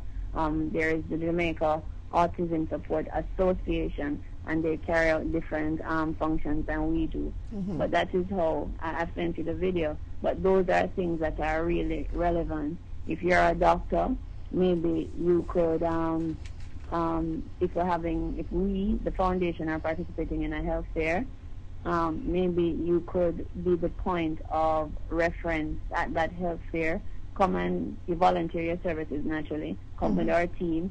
You check the child out to see if they have hearing or anything along the line of the disorder, and then you could be the referral, because to pay for that kind of referral out here is thousands of dollars. Wow. So you would be a natural volunteer in your area. That's how we work it out here. It's not about money, because I am certainly not rich, and technically you would describe me as a philanthropist in the Greek term, which breaks those two words, the one word into two, lover of man. I do what I can. I'm a media trained person, so I use the information dissemination. So you don't have to be educated specifically to this issue, and you don't have to be wealthy. You can help, both in Jamaica and the United States, for those listening, and all around the world. Okay, just a heads up here. Last week I was supposed to have a guest in the studio with me who is actually a speech therapist, and due to circumstances beyond her control, she was not able to come in, but she's going to be coming in the very near future. And one of the things, I'm going to back up a little bit. I'm going to say a whole lot of stuff right about now, but one of the things you mentioned much earlier in the program was about early intervention, and I can fully endorse that, because as it relates to speech therapy, I remember when EJ, that's Michelle's son, he wasn't speaking at all, and his mom worked with him along with his speech therapist and the school system, and EJ is singing to me now. EJ is able to tell. I've actually seen the progress in him, and I just want people out there to know that the diagnosis of autism is not a death sentence, because early intervention can help your child. I'm not saying it will work for everybody, but from what I've seen and from what I've heard, it's that the percentage of success is very is huge, and so yes, you're quite right, because it's if persons who are familiar with autism know that the icon for it is the jigsaw puzzle. Right. It puzzles scientists who have been working on it for decades. Research has been debunked, much less the average Joe parent or person who box it up in one of their children and are clueless. That is why the world is in such a tizzy about autism. Early intervention, there are some generals that apply as far as I found out. It, as you said, is not necessarily going to cure the person, but the scientific community has found that if you monitor your child and within the first 18 months can get a diagnosis, early intervention has been shown to bring the child from one level to the next. There is at least a 90% success rate in intervention and dealing with it. It's no death sentence because a lot of the geniuses of our time have been autistic. Now, I know Americans are familiar with Daryl Hannah, the actress. Right. He is borderline autistic. Andy Warhol, the artist, is autistic, was autistic. Emily Dickinson, the poet, was autistic. Temple Grandin is autistic. They're all geniuses. They're all excellent American citizens making waves in their various fields of endeavor. And they got Temple Grandin's mom was intervening from Jump Street. She saw something was wrong. She probably didn't have a clue what it was. Now Temple Grandin, persons listening need to Google her because she's an American autistic icon of, I'm talking about severe autism, when you roll on the ground and you scream and you don't speak. I don't remember when she said she started to speak, but now Temple Grandin is holding speaking series across the United States at the Mind Institute, talking to you about what it is like to be inside autism. I learned a lot from her. I started a radio show out here where we used to play her tapes and persons. That's how I came to understand that when they looked up at a light, like the fluorescent bulbs, you have to put those old-fashioned bulbs. I don't know if you have them still in the States, but for the autistic person, she said it would just be flashing. It's almost like they have superpowers because they could see every strobe of the bulb. Also, one girl who can't speak, Carly Fleischer, I think her name is, but she uses her computer and she has been found to be unbelievably genius in her articulation as it relates to writing. Says that she can't look you in the eye because when she looks at you, her brain is taking like multiple dimensions of pictures of your face in all angles, and it's too much sensory input, so she has to turn away. She has no language to communicate what is happening. One person's communication is a major part of the human condition. Once persons are unable to communicate, it outflows in different ways, and typically it outflows aggressively. You'll find that persons who are more educated tend to be less aggressive and less likely to begin to break out into physical fights. People who can articulate, communicate, usually have a smoother path. Persons who are less able to express themselves are very insecure on the neurotypical normal scale. In the extreme of a brain disorder of this type, you'll find that they hit their head against the wall. They cannot say, I am in agony. I can literally feel the follicle of hair being cut when you take me to the barber. They can't say these things. So it's not a death sentence. What has been found is that persons, once they can, I use the analogy of a Rubik's Cube.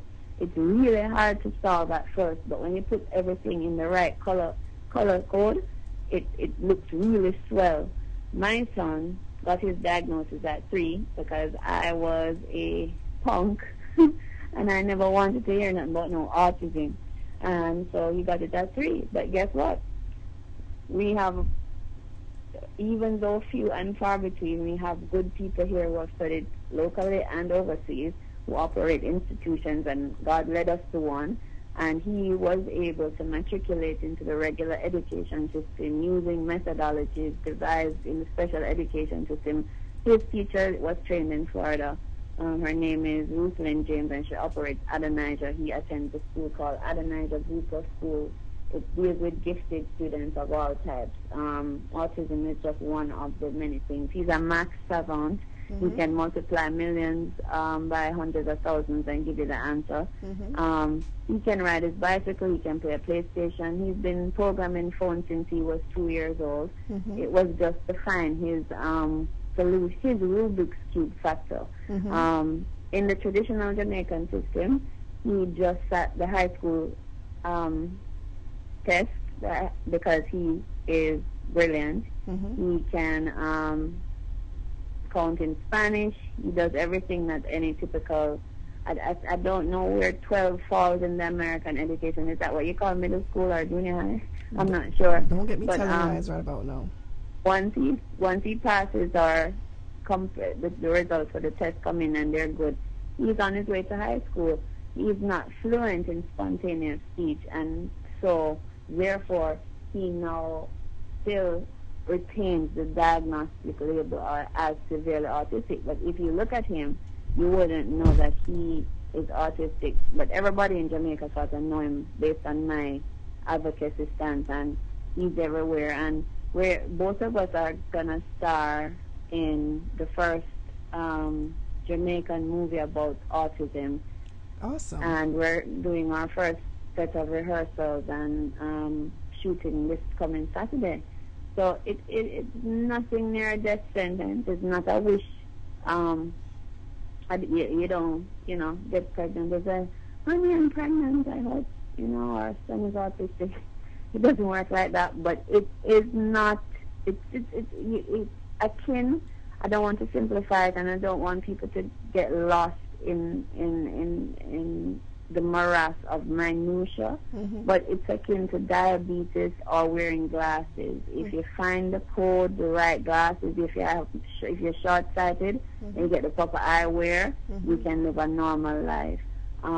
What we need here in Jamaica is more will and focus and understanding of the level of importance of the autism disorder, and for the infrastructures to start now. It's better late than never. It is not a death sentence, and so many cases globally, U.S., Jamaica, China, Britain, around the world, find that once you unlock their potential, many of these people are beyond the scale of our intellect. They can do things we can only dream about. I mean, the young lady I was telling you about, she's been on ABC and all the various shows. I think Larry King even had her on. And she's explaining via her, now they've developed the iPad and they have an autism app. And she's explaining via her her computer to text-to-speech methodology that she uses, that looking at you, and she says that her memory is that what do you call it when you can't forget stuff? Photographic memory? That's not an ironic query. Photographic, yes. Gosh, obviously I don't have that blessing. I wish. She's photographing you from every angle. She's taking it. I can't even imagine that. And her explanation of it is pretty well done. She was 13 when I came across her, which was like a year and a half ago. And she explained that looking at you full on, her brain is like doing snaps of you here, there, in various dimensions. Wow. And she can probably recreate, and those images are stored in their brains.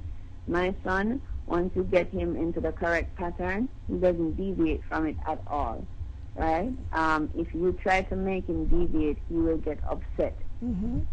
A memory like an elephant, I realize. And it's the use of this particular memory skill in him, and that has been found in several other autistic persons, that they use these therapies to channel them in the positive direction. And you're finding that a lot of these people are geniuses. I mean, who hasn't heard of Andy Warhol? I mean, he was a 60s icon, autistic. and he was acknowledged autistic at the time. I don't even know if people then knew what that meant, other than the fact that and the world is autistic. And his art is reflective of autism, and more people are coming to understand. You know, those repetitive drawings that he did of Marilyn Monroe, right. when they became all the rage that the major Hollywood stars would have they love to be repetitive, right? Whether it's behavior or the pattern of their skill, it seems to be a trait that goes with that particular disorder. Okay. I wanna I'm going to have to link you and my future guest, because she is actually, like I said, she does speech therapy, and she is willing to come to Jamaica, you know, however the arrangements can be made, to come to Jamaica to help to educate and to help in doing some speech therapy, and basically just to help in whatever way she can. And we say yes, yes, and yes. Okay. So I know that after this interview, we've exchanged contacts already. You know, I'll be following up, and I know you'll be following up. So I can speak for the folks out here that I interact with. Yes, yes, and yes. Okay. Thank you, and we will make the arrangements, I'm very sure, because this is an area that helps take the artist out of the confines of autism.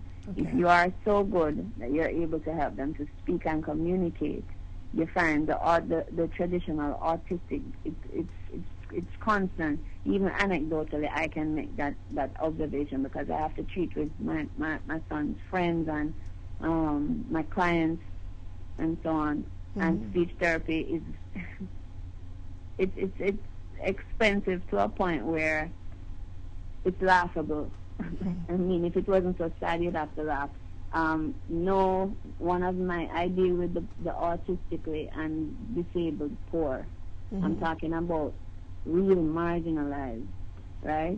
Who would probably be living in what you guys call a homeless shelter. And the just to get food into the child is a miracle, much less to do speech therapy. And there are people here who work decent jobs, hardworking people, and they can't afford it at the level that it's supposed to be done. This is a key area of intervention that we need a lot of help with, and our foundation is willing, once this great lady who you're speaking of is willing to find a way to facilitate something like this. I wanna take time out right now, just real quick, to thank Michelle Atherton for making that connection, because Michelle is my resource. You know, Michelle tells me everything and leads me to all these different things and these I'd like different to people. thank her too. Yeah, and you know, she really goes hard for autism. So I want to thank her on behalf of everybody, you know. And as you were talking a while ago about, you know, even feeding the children, and I know that's a major challenge, because with my grandson, his diet consists of pancakes, chocolate milk, and more chocolate milk, pizza. Yeah, they tend to fixate on food. And that's it. What I've read, and I've actually seen it, is that in a large majority, we're talking about Western kids, because, I mean, I haven't even touched on the research that we've done, my foundation has done, as it relates to children affected by autism in China and Japan and whatever. But in the Western research groups that we've looked at, read about, studied, watched, we found that they seem to have a problem with orange or red foods. And so they a large proportion, I hear parents back and back again, and when they cite foods that they just can't get their autistic child to eat, they are orange or they're red. I know an autistic person who he can't stand to see ketchup. It literally makes him ill. So yeah, just feeding them.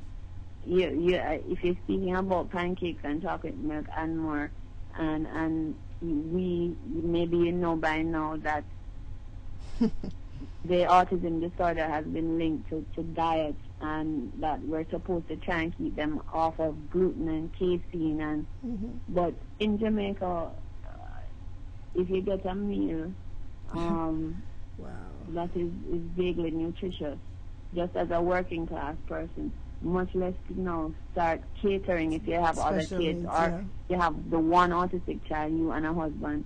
It's pretty difficult. It's pretty hard to start sorting your meals on economic terms out of your pocket by gluten and casein in order to facilitate, because research has shown in some cases, which is why this thing is so puzzling, because it doesn't work in all cases, that when you cut out casein and gluten, the autism behaviors decrease. It's been made there. I think there's been made a definitive link between gut function and the brain in the autistic person and how that operates. But the science of it, I wouldn't want to venture into, because that's not my area. But there has been definitive links and certain things that relate to the gut and how they eat. They tend to fixate also. So you might find that you can't give your grandson vegetables, just for argument's sake. Because his diet, and he will not deviate. I know an artist is chocolate milk and pancakes. Chocolate milk and you pancakes. better recognize. Right. And hot dogs, no buns. He doesn't do dainties. He might have bread, but it has to be toasted, and he will. That's basically it. And my father would go off. The child needs to be properly fed and all that, but that's what he wants. That's what he's gonna eat, and he's telling you point blank, I don't want that. So in order for him to eat, and there's another thing. He will go to school in the mornings. He might drink a bottle of chocolate milk, but for the whole day he won't eat at school until he comes back home. Even if we give him something from home that we know he eats, if we pack a little lunch bag for him to take to school, it comes right back home. He doesn't eat out there. So people have to they're so peculiar. So I'm saying all this to say that people have to cope with so much, and the fact that they don't understand everything.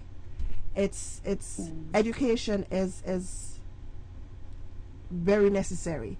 Now, I want to ask you. The education factor is crucial, because there's not a lot we can do. If the scientists are beat, all we can do. My thing from out here is that if you can't cure it and you don't know what causes it, the only cure is to cope. How do you cope? By educating and becoming knowledgeable on the whys and wherefores of what you're dealing with. That is the cure for now. Knowing about it, recognizing it, and knowing what to do.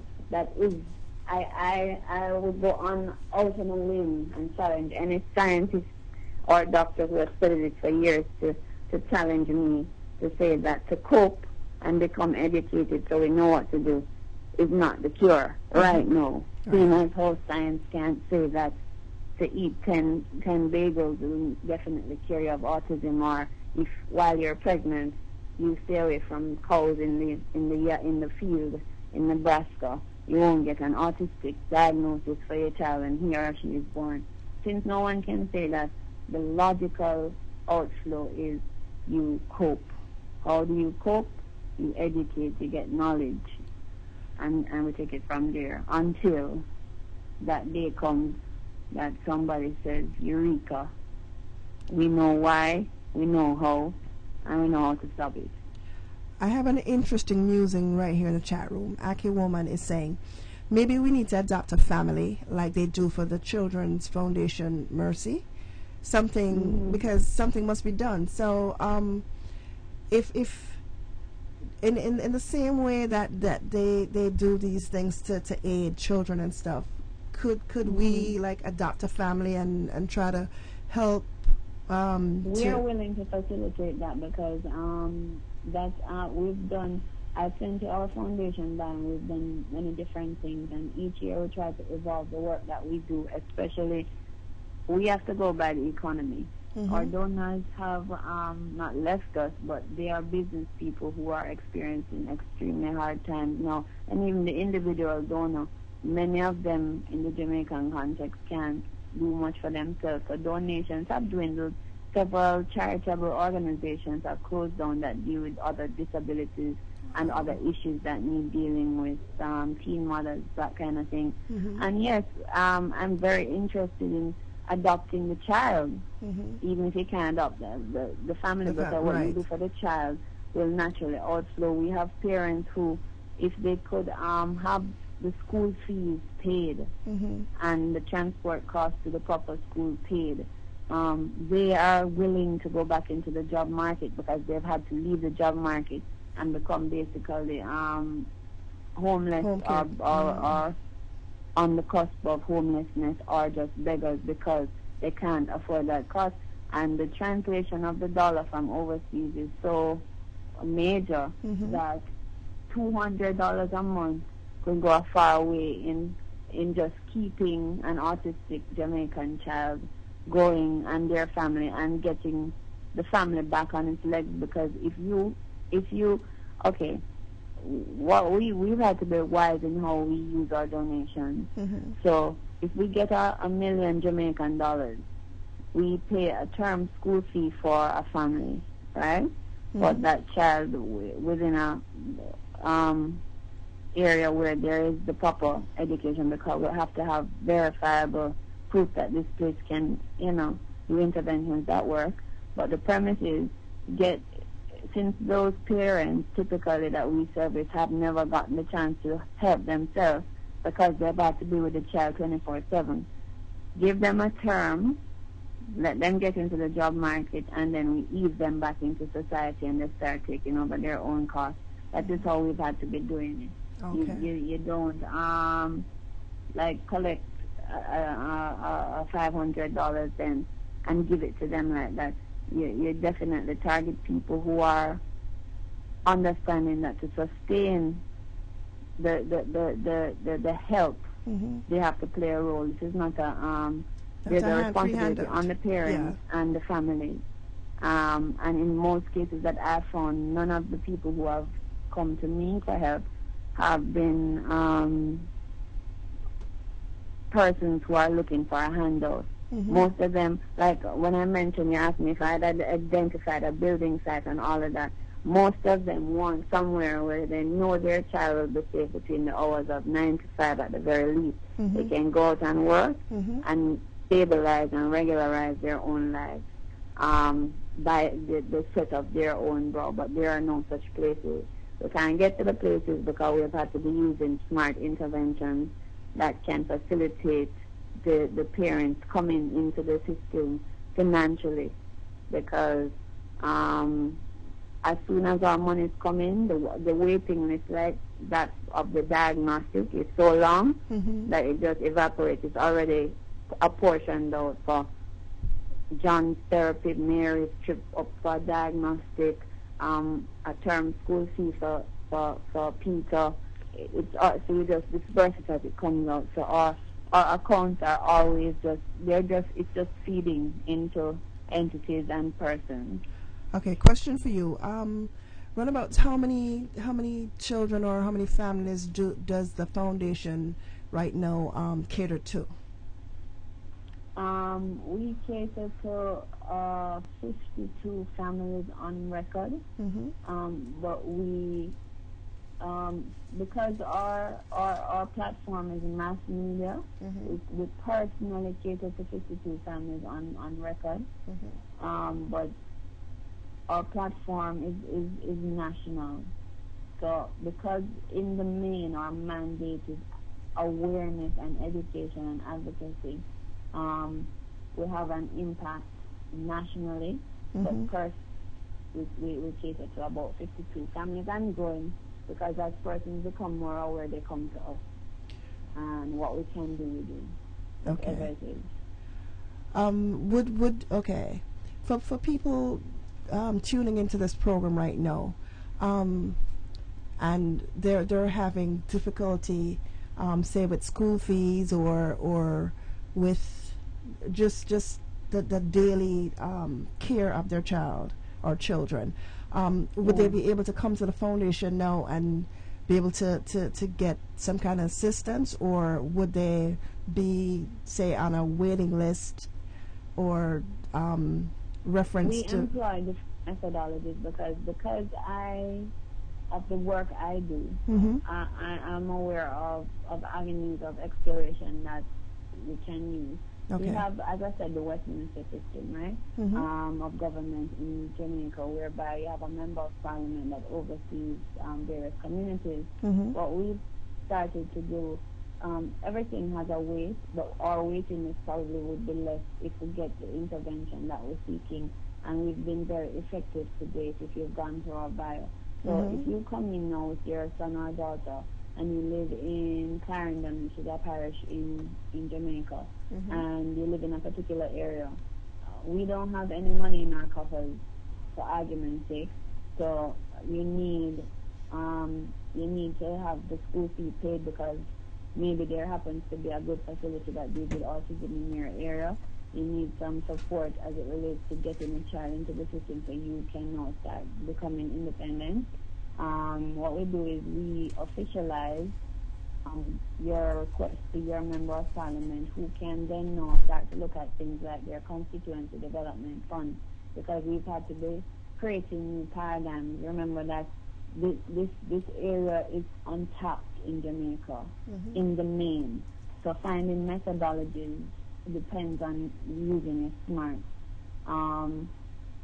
We don't have autism kiosk or net data bank or donor dedicated area that we can go to. So I've had to learn to juggle what I know exists and how you can ask for legitimate help in the systems that pertain out here. So something like that could happen. There are people who call and now recognize that they have an autistic child in their midst, Mm-hmm. and they simply need to know how they go about getting the official diagnosis to now start dealing with it. They don't need any money. They don't need any thing but to know where somebody who they don't have to wait for 1 year, Mm-hmm. who is recognized and who can give them a diagnostic report so they can start dealing with their children's issues. It's as, in quotes, as simple as that and as complex as other things, where you actually literally have to find people to volunteer to pick up food, to take into a home where it's just a woman and a boy who's so violent that you can't leave him, and Okay. she herself is having a nervous breakdown. So usually we try not to keep people waiting within our powers that we do have, the powers and the knowledge base that we have. Because knowledge is really, and information, Mm-hmm. it really does a lot. Okay, I have two specifics that I want to talk about real quick. Going back to what Aki Woman said about, adopting a family, or like you said, if it's not in the family, the child, and you mentioned a figure of an approximation of about $200. No, I am imploring everybody, not necessarily Jamaicans, just people on this end. You might not be able to do $200 all by yourself, but 4 people can come together and give $50. Or if you want to take it up as a project and have, a group of you, a larger group of you doing a small amount to make it up to that, then that will be awesome, because every we say every mickle make a muckle, So Yes. every little bit helps. So even if you can't give $200, even if you can't give $50, whatever you can give, it will be maximized. It will. And it will It help. will. And more, you're so right, because we have an alliance with Jamaica National Building Society, Mm-hmm. and you can donate locally or internationally. And I developed a paradigm that I've seen the religious ministries use, where your outreach or your giving back, you do it as a salary deduction. Mm-hmm. Now, because we're in Jamaica, as you rightly said, we call out to nationals, but we call out to internationals as Mm-hmm. well, especially Caribbean, just Caribbean people. Mm-hmm. But also just interested people, because I've had people who have no ethnic connection to us or country connection to us, who have helped us immensely, Mm-hmm. because we are a credible and verifiable entity, and you can know that your investment with us is really about help. So we set up something with the Jamaica National Building Society, which has locations in the U.S. and the U.K. Mm-hmm. And the account number for that is, for those interested in listening and helping, is 110-614-80. And the Jamaica National account name is the Maia Chung Autism and Disabilities Foundation. And what we ask people to do is, in Jamaica, we say, if you dedicate, we have salary deductions, right? Mm-hmm. If you dedicate $100 from your paycheck monthly, just to go into that account, you can have it written up in your accounts department. You won't miss that 100. That would be $1,200 from one individual a year. Mm-hmm. If 10 individuals do that, that would be $12,000. $12,000 can, because the pickings are so slim in terms of resources. You find a lot of the people who operate are kind-hearted, operate the good facilities, Mm-hmm. so they'll take payments in parts. So they're not draconian. That 12,000 can go towards, that's $100 per person. Mm-hmm. That really doesn't get much in Jamaica. I don't know if persons are aware of what a patty is, but a patty is more expensive than that $100. You just sign it up. That's how most of the ministries ask you to just do a dedicated thing for our outreach. Mm-hmm. And I mean, if you can go higher than $100, it's up to you. Just like you said, if persons wanted to think there, join up and do 50-50, but the accounts are set up and verified by the Bank of Jamaica through Jamaica National. We also work with the National Commercial Bank nationally here in Jamaica, and the account name is the same, the Maia Chung Autism and Disabilities Foundation, with the account number 134085509.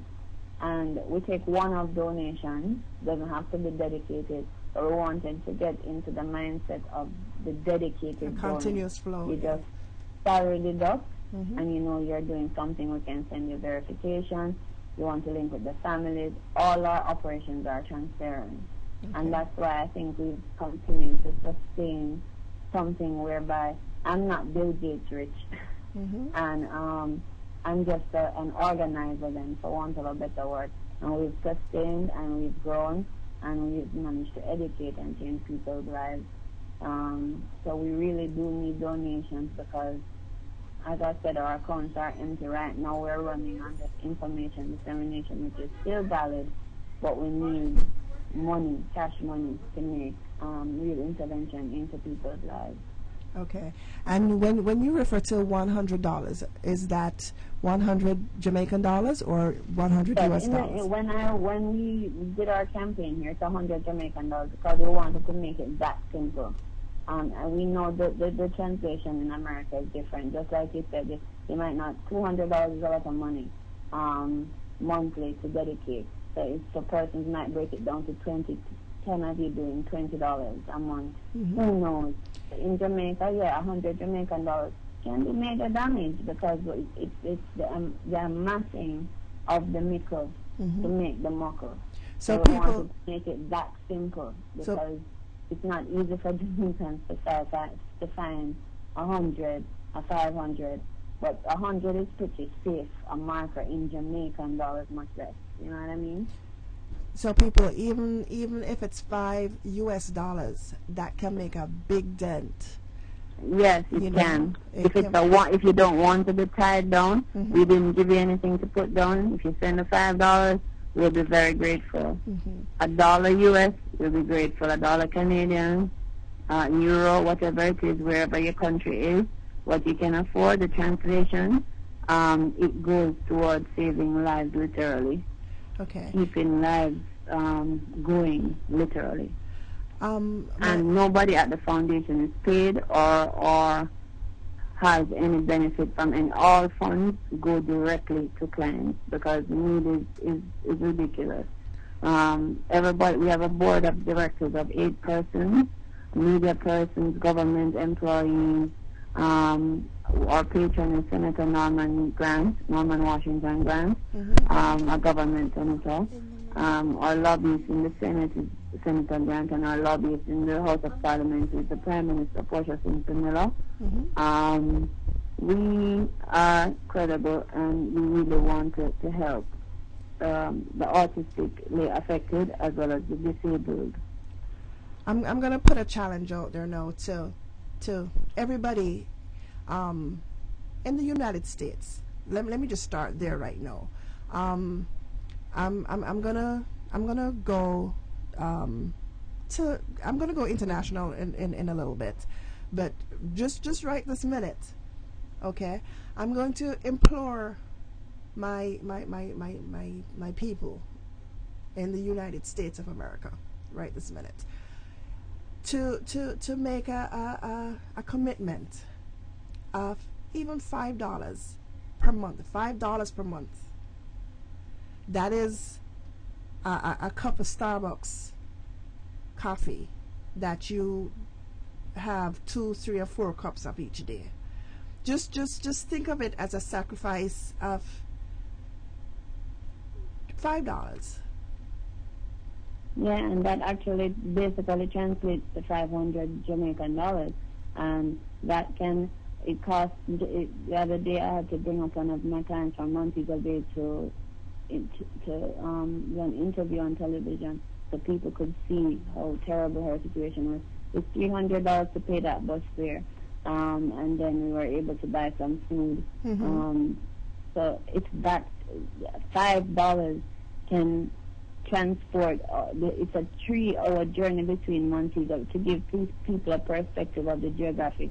A 3-hour journey, but to make a difference in someone's life here, that translation of $5 US dollars is about $500. You know what I mean? That's a big deal.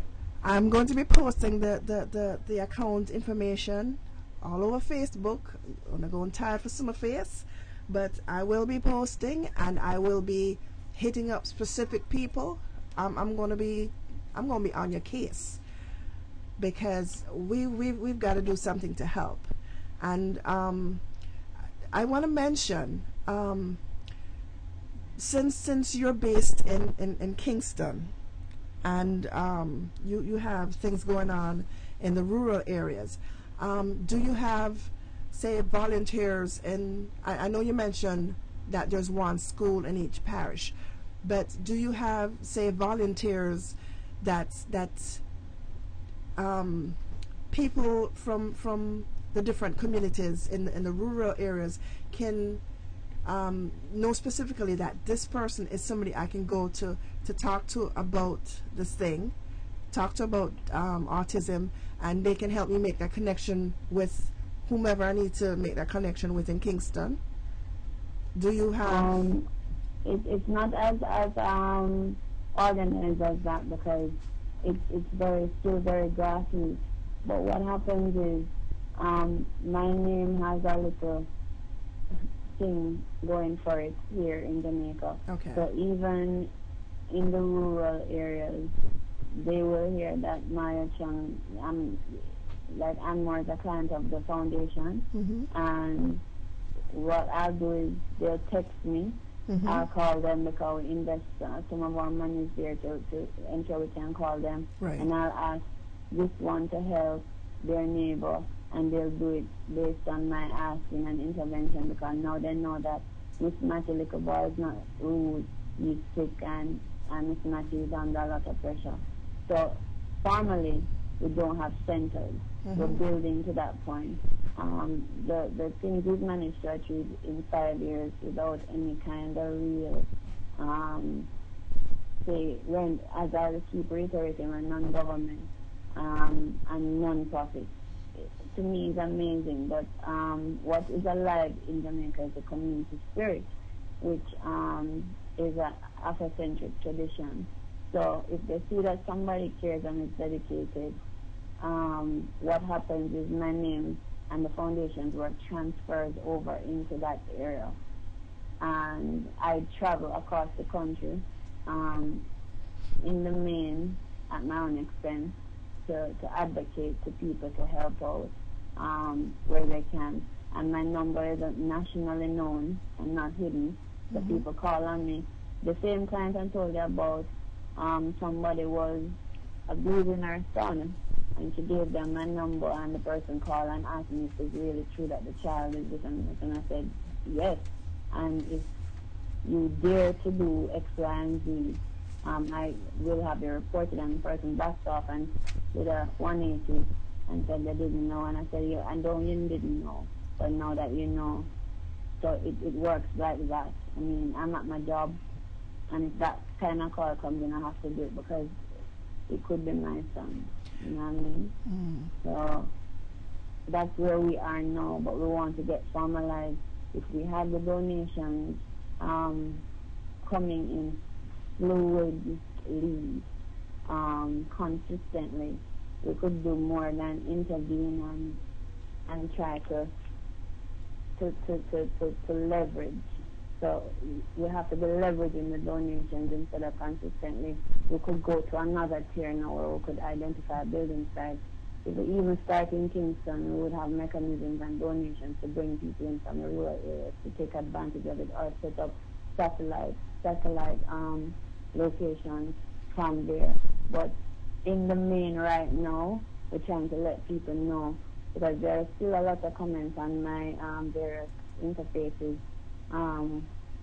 whether it's by text or by internet, because the internet penetration, first of all, you can't afford a laptop if you can't afford to take care of your autistic child. So that's the first thing. So most people work with our cell phone system, which we have a good telecom system set up, whereby whether you are not, you can text a lot. So you do a lot of texting. Some of them still don't understand what they're dealing with. They're living with it, and it's only because of me why they stop beating the child, or having heard me on national TV saying XYZ, they untie the child. You know, we have children out here who are eating sticks and stones and are tied to grills, and the parents love them. That might sound really weird to people listening from that society and culture, but they tie them up because they don't want the other kids to hurt them, one, and they don't want them to hurt themselves, two. And boy, Anmour, just rough in a Babylon. Okay. There's this one thing. In the last 2 years or so, right here in the New York diaspora, we have been, basically in Jamaica, the people, nationals are who live outside of Jamaica are looked at, are perceived as outsiders, and the when we see things that are going wrong, hold on a second. When we see things that are going wrong inside of our country and we want to do stuff to help, we're kind of pushed away. So, because we were really concerned about what was going on with the government and the leadership of the country, and just a whole political gambit. So now there are so many things happening. That's the thing, Anmour. So autism. Where does autism rank? And I know what you mean, because when you're on the outside as a diaspora and looking at, there are a trillion different, and there's no let up, girl. I mean, everything is a crisis, and it's not you or me imagining things. You're looking on the thing, and any well-thinking, logical being can say the economy is a crisis, crime is a crisis, health is a crisis. It's not a joke. So the things that they prioritize at this point, you don't even want to get into. We have a two-party system. Persons who are okay with your homeland, Jamaica, will know we have PNP, JP. It's not that kind of issue. None of these things are, in my humble opinion, crime, politics is a people issue. But we're so crisis. We're just on the ledge of everything. You just call a topic. Today you're talking to me about autism. We're on the ledge. You could be talking to anybody on any other thing that is significant as it relates to nation building. You will basically find them on the ledge. And the diaspora knows that. I have to take this opportunity to say thanks to people in the diaspora, like Ben Roy and Lady B and David Anarchy, David Anarchy last year, when we were at the brink of closing down because the stress levels of having my own autistic challenge, two other children, and my own life and responsibilities. I think I sent you my dossier, and I don't know if you don't. Most people ask me how I do it, and and one about different things when they see what I'm doing. I was at a point there were no donations coming in. The economy was soft. We couldn't afford to advertise because if I got the money, there are people starving. I can't spend it on mounting fancy campaigns. I have to put food in people's mouths. At one point, they were calling me Moses. And I mean, we were on the brink of closure, and David Anarchy came in. He has an annual event. They raised $1 million Jamaican that kept our doors open, and it was a sign for me to say, stay in the game, because even when there's no money in the account, the information you give changes lives, and so on. And I have to say thank you when you say, you know, you're looking at persons who are out there who are not here, but they're looking at their homeland and seeing what's going on here. There are many, many, many wonderful Jamaicans that I'd like to say thank you to in the diaspora. I know we both advertise this interview, and I know they're listening. I get feedback from Cayman. I tell you from Cayman, booked me up on the beach. Well, you know, I really admire your work and whatever, and I'm thinking, damn, in Cayman. I know people are listening. A lot might turn away, but a lot have looked, because we did manage in mere days to raise $1 million Jamaican dollars, which did a lot. It got the first prosthetic grant for one of our crash collision victim clients. She's now doing well, having gotten her prosthetic grant, the first David Anarchy prosthesis grant that we ever distributed. We established the laptop computer center with its first computer to be joined by others once the donations start coming in. The Queen Garen James Smith computer laboratory at Adonijah. And they now need iPads because they found that the autistic person treats better with the iPad. With the small children, they can't talk, so to touch and learn, it really works wonders. So it's even better than the laptop. We need iPads and all of those things. And just recently, if you go on Wikipedia, you'll see that we work exclusively with Adonijah because they're very credible. And their school, the head of the school, Ruth James, will go out to the parishes, the Mandeville, the St. Elizabeth, and see if there can be some satellite or training sessions that can be held.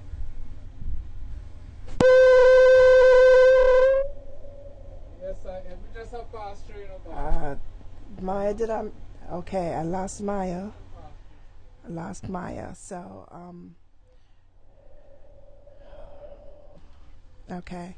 Let's hope she calls me back so we can wrap this up. Can you believe it, people? I have gone for over 2 hours without playing one song.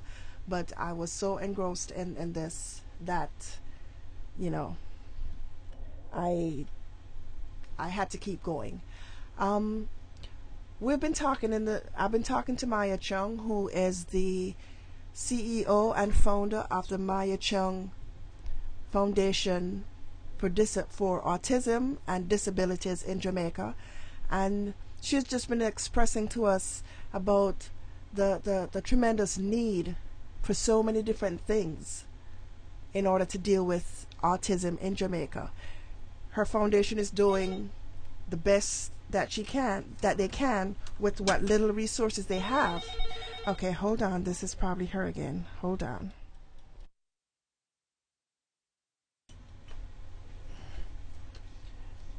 Hello?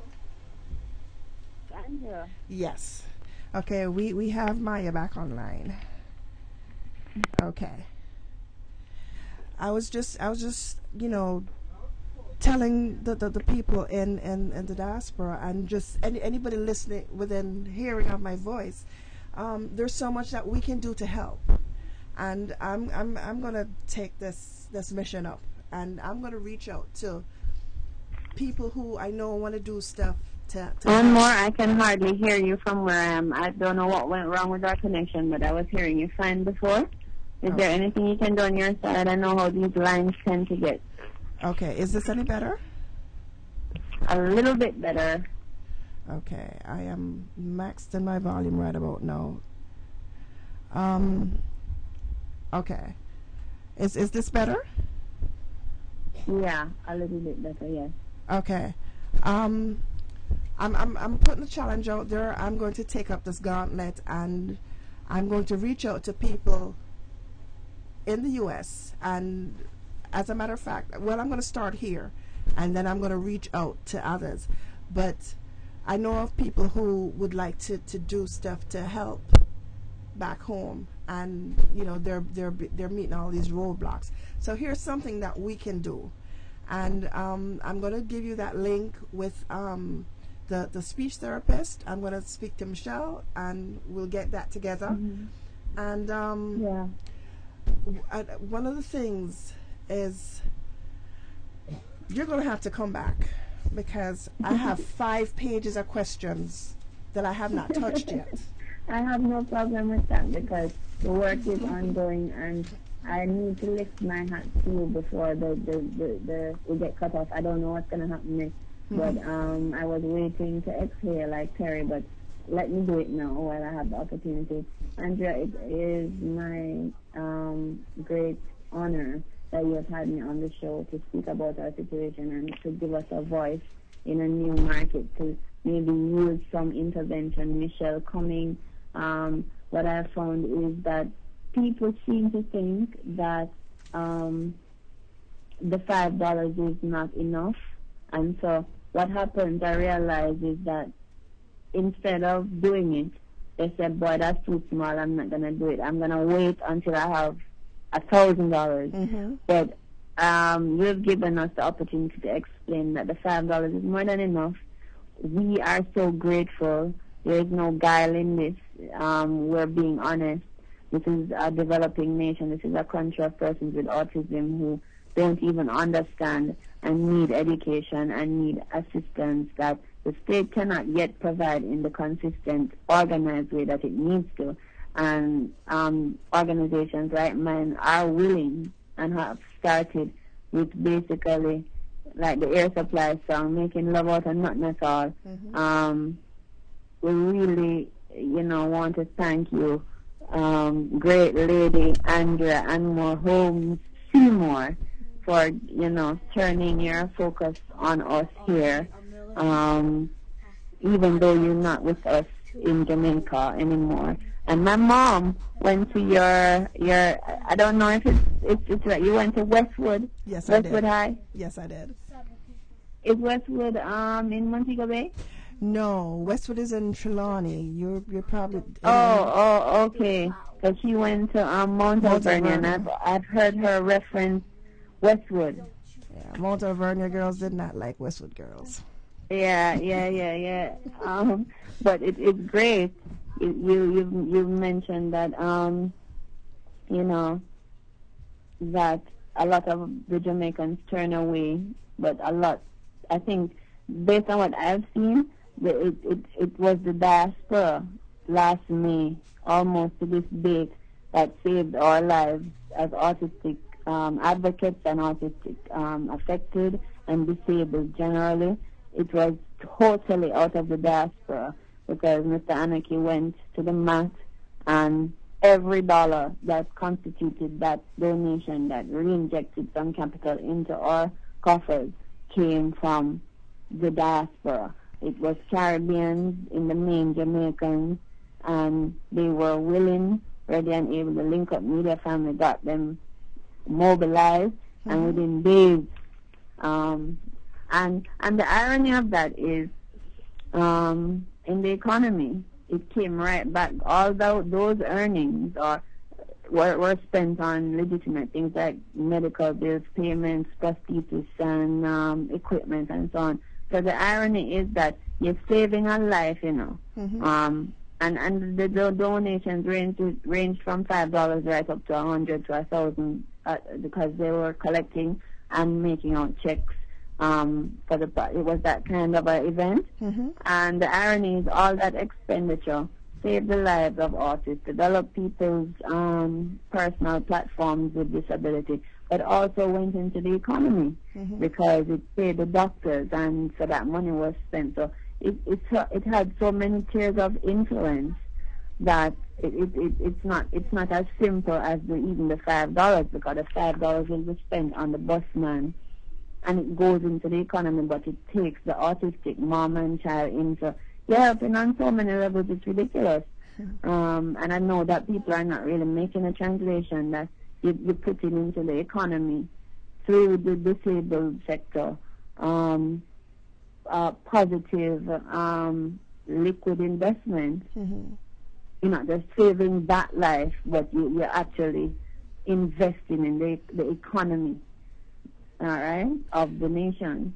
So it's more than just that one person or the family you adopt, because it feeds out into a stream of impactful activities. Okay. UnSung is a music program, but on E2 Air, each month we are recognizing different illnesses, and we have different themes. And this being Autism Awareness Month, and the fact that E2 Air is an avid advocate for autism, we're doing this.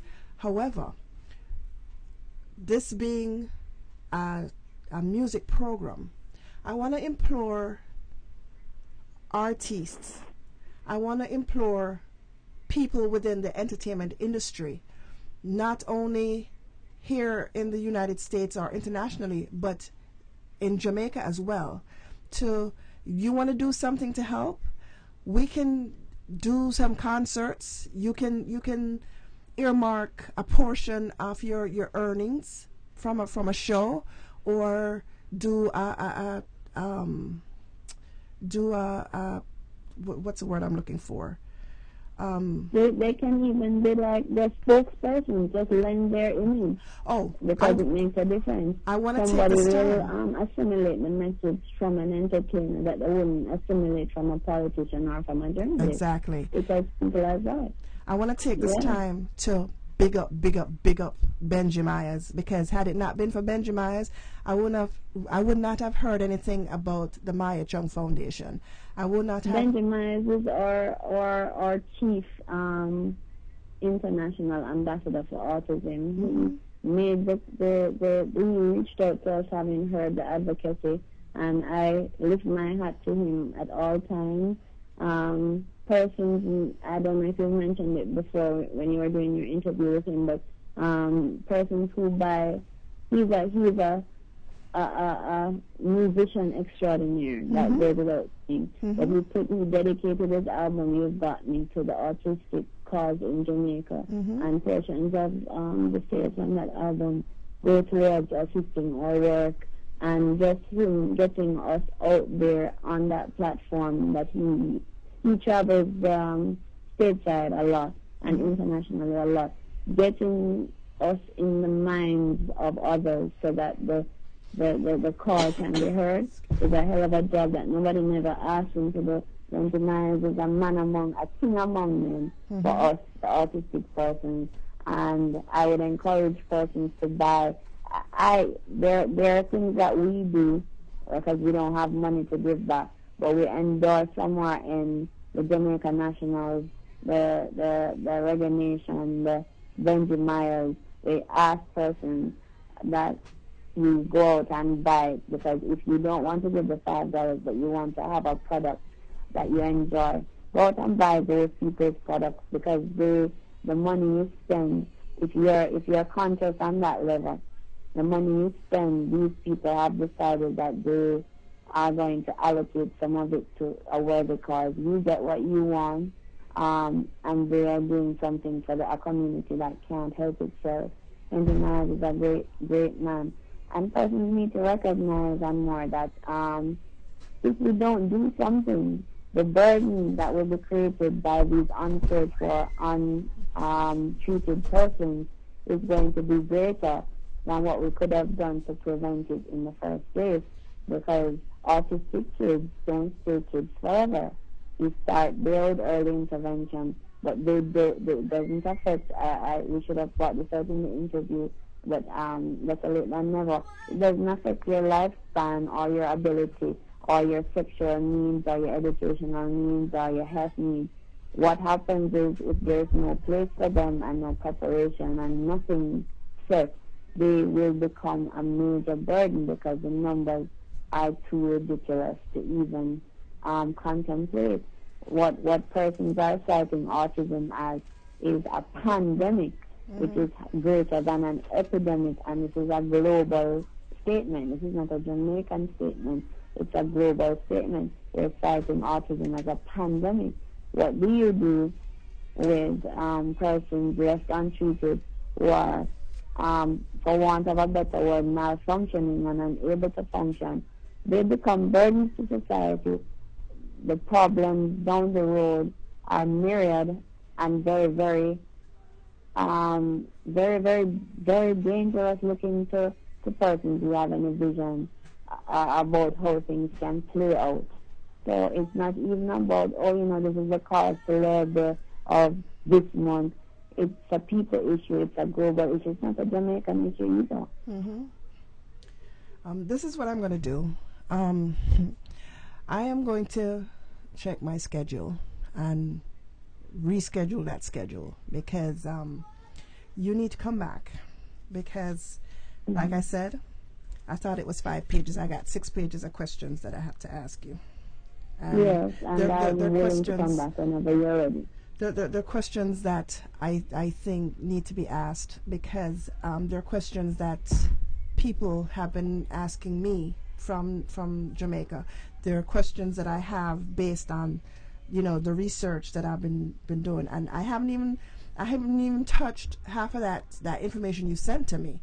And people need to be aware of all that stuff, the book and everything.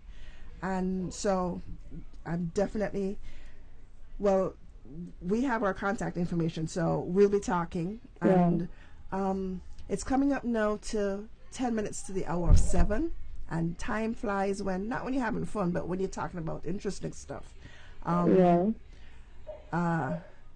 You're listening to my conversation with Maia Chung, who is the CEO and founder of the Maia Chung Foundation for Autism and Disabilities, and it's located in Jamaica. And the aim today is to elevate the awareness of autism in Jamaica. And there are a lot of questions, there are a lot of problems, and we have highlighted some solutions. So we're going to put our money where our mouth is and, take some steps to actually do something. Like I said, I'm going to reach out to some people, and when I call you, you better answer your phones. If you don't answer your phones, I know where to find you. And, they're Anmour says it, it's true. This is EJ. EJ is coming to give me to visit me. And I'm going to be speaking with you on you know, when we're going to do this. It's got to be real soon because I want the continuity. And yes, I understand. I want to thank all those people who are logged into the chat room. I have recorded the session, so it's going to be made available on Facebook, on the UnSung page, on the E2 on Air page. Maya is going to have a copy. And yes, please. You is it possible, Anmour, for you to just post it on my wall so that all the people no that problem. I know can just get it? No problem. Is that possible? That's possible. What I'm going to do now, people that can would really help. People can see the video right now. Actually, when I sign off, they're going to be able to see it on Ustream, but eventually it will be deleted. So what I'm going to do is I'm going to download and then make a more permanent copy, and I will send you a copy so you can do it for your website. We depend on these interviews to circulate on our interfaces. So as you probably know more than your listenership who wouldn't be familiar with me, social media was made for people without money if you know how to use it, because it really has a far reach, and we save our conversations with people like we've been on the Lady B show and many others, and we save it and we take these off and put them into our autism kiosk, which we developed. Autism kiosk. I was flown to New York and I addressed some specialists in autism in Brooklyn. I went to the Jamaican consulate and collected resources to set up an area where persons could go. We did it in collaboration with the Jamaica Library Service and Courts Jamaica Limited, Air Jamaica, and the Jameson family. And we set up this kiosk where persons can go. It's in Kingston, but the thing is, if somebody indicates to us that they want to go and learn about autism, like a parent or so, we can pay the bus fare for them to come. The library is open, comfortable, and free, and we set up the space. And so we're trying every little thing, you know what I mean, that we can do. Resources are updated as we get them, and it includes university material like theses as well as fiction, how to book tapes and programs that we've made that persons can. I'm going to ask your listenership, sometimes you can't find the $5 or the dollar. I know that is like, believe me. But we have the Maia Chung Autism and Disabilities Foundation YouTube channel. Just subscribe and show us some love. Watch our videos and recommend us to our friends. And that in and of itself helps our advocacy. Okay. All you have to do is go to the YouTube search bar and type in the name of the foundation, the Maia Chung Autism and Disabilities Foundation, and just subscribe and recommend it to a friend. Get acquainted with what's happening. And that in and of itself is a help. Okay. One would not, one would think that, that's something trivial, but it's important as well. And so, Maya, I want to thank you for the wealth of information. I haven't even touched the subject of autism in adults in Jamaica. I haven't touched the subject of really gone more in depth into testing and a ton of other stuff that I want to talk about. So, and I'm willing when you're ready. Okay. So thank you all, and thank you, listeners. Thank you so much to all those who have logged into the chat room, those who are listening via Facebook, Twitter, e2onair.com, your iPhones, your Blackberries. However you're hearing the sound of my voice, thank you for tuning in to UnSung. My guest this evening was Maia Chung, and we'll be doing this, we'll be continuing this conversation. And from me to you, have a pleasant good evening. We're going to go out. Don't hang up yet, Maya. We're going to go out with the sound of Mr. Carlisle Myrie during the autism song that he just did, and it goes a little something like this.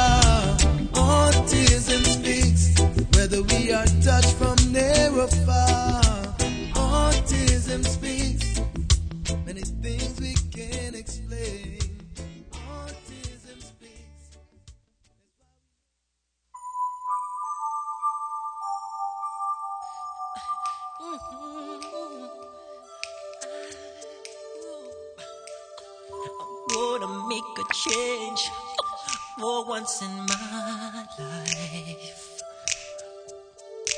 It's gonna feel real good. Gonna make a difference. Gonna make it right. As I turn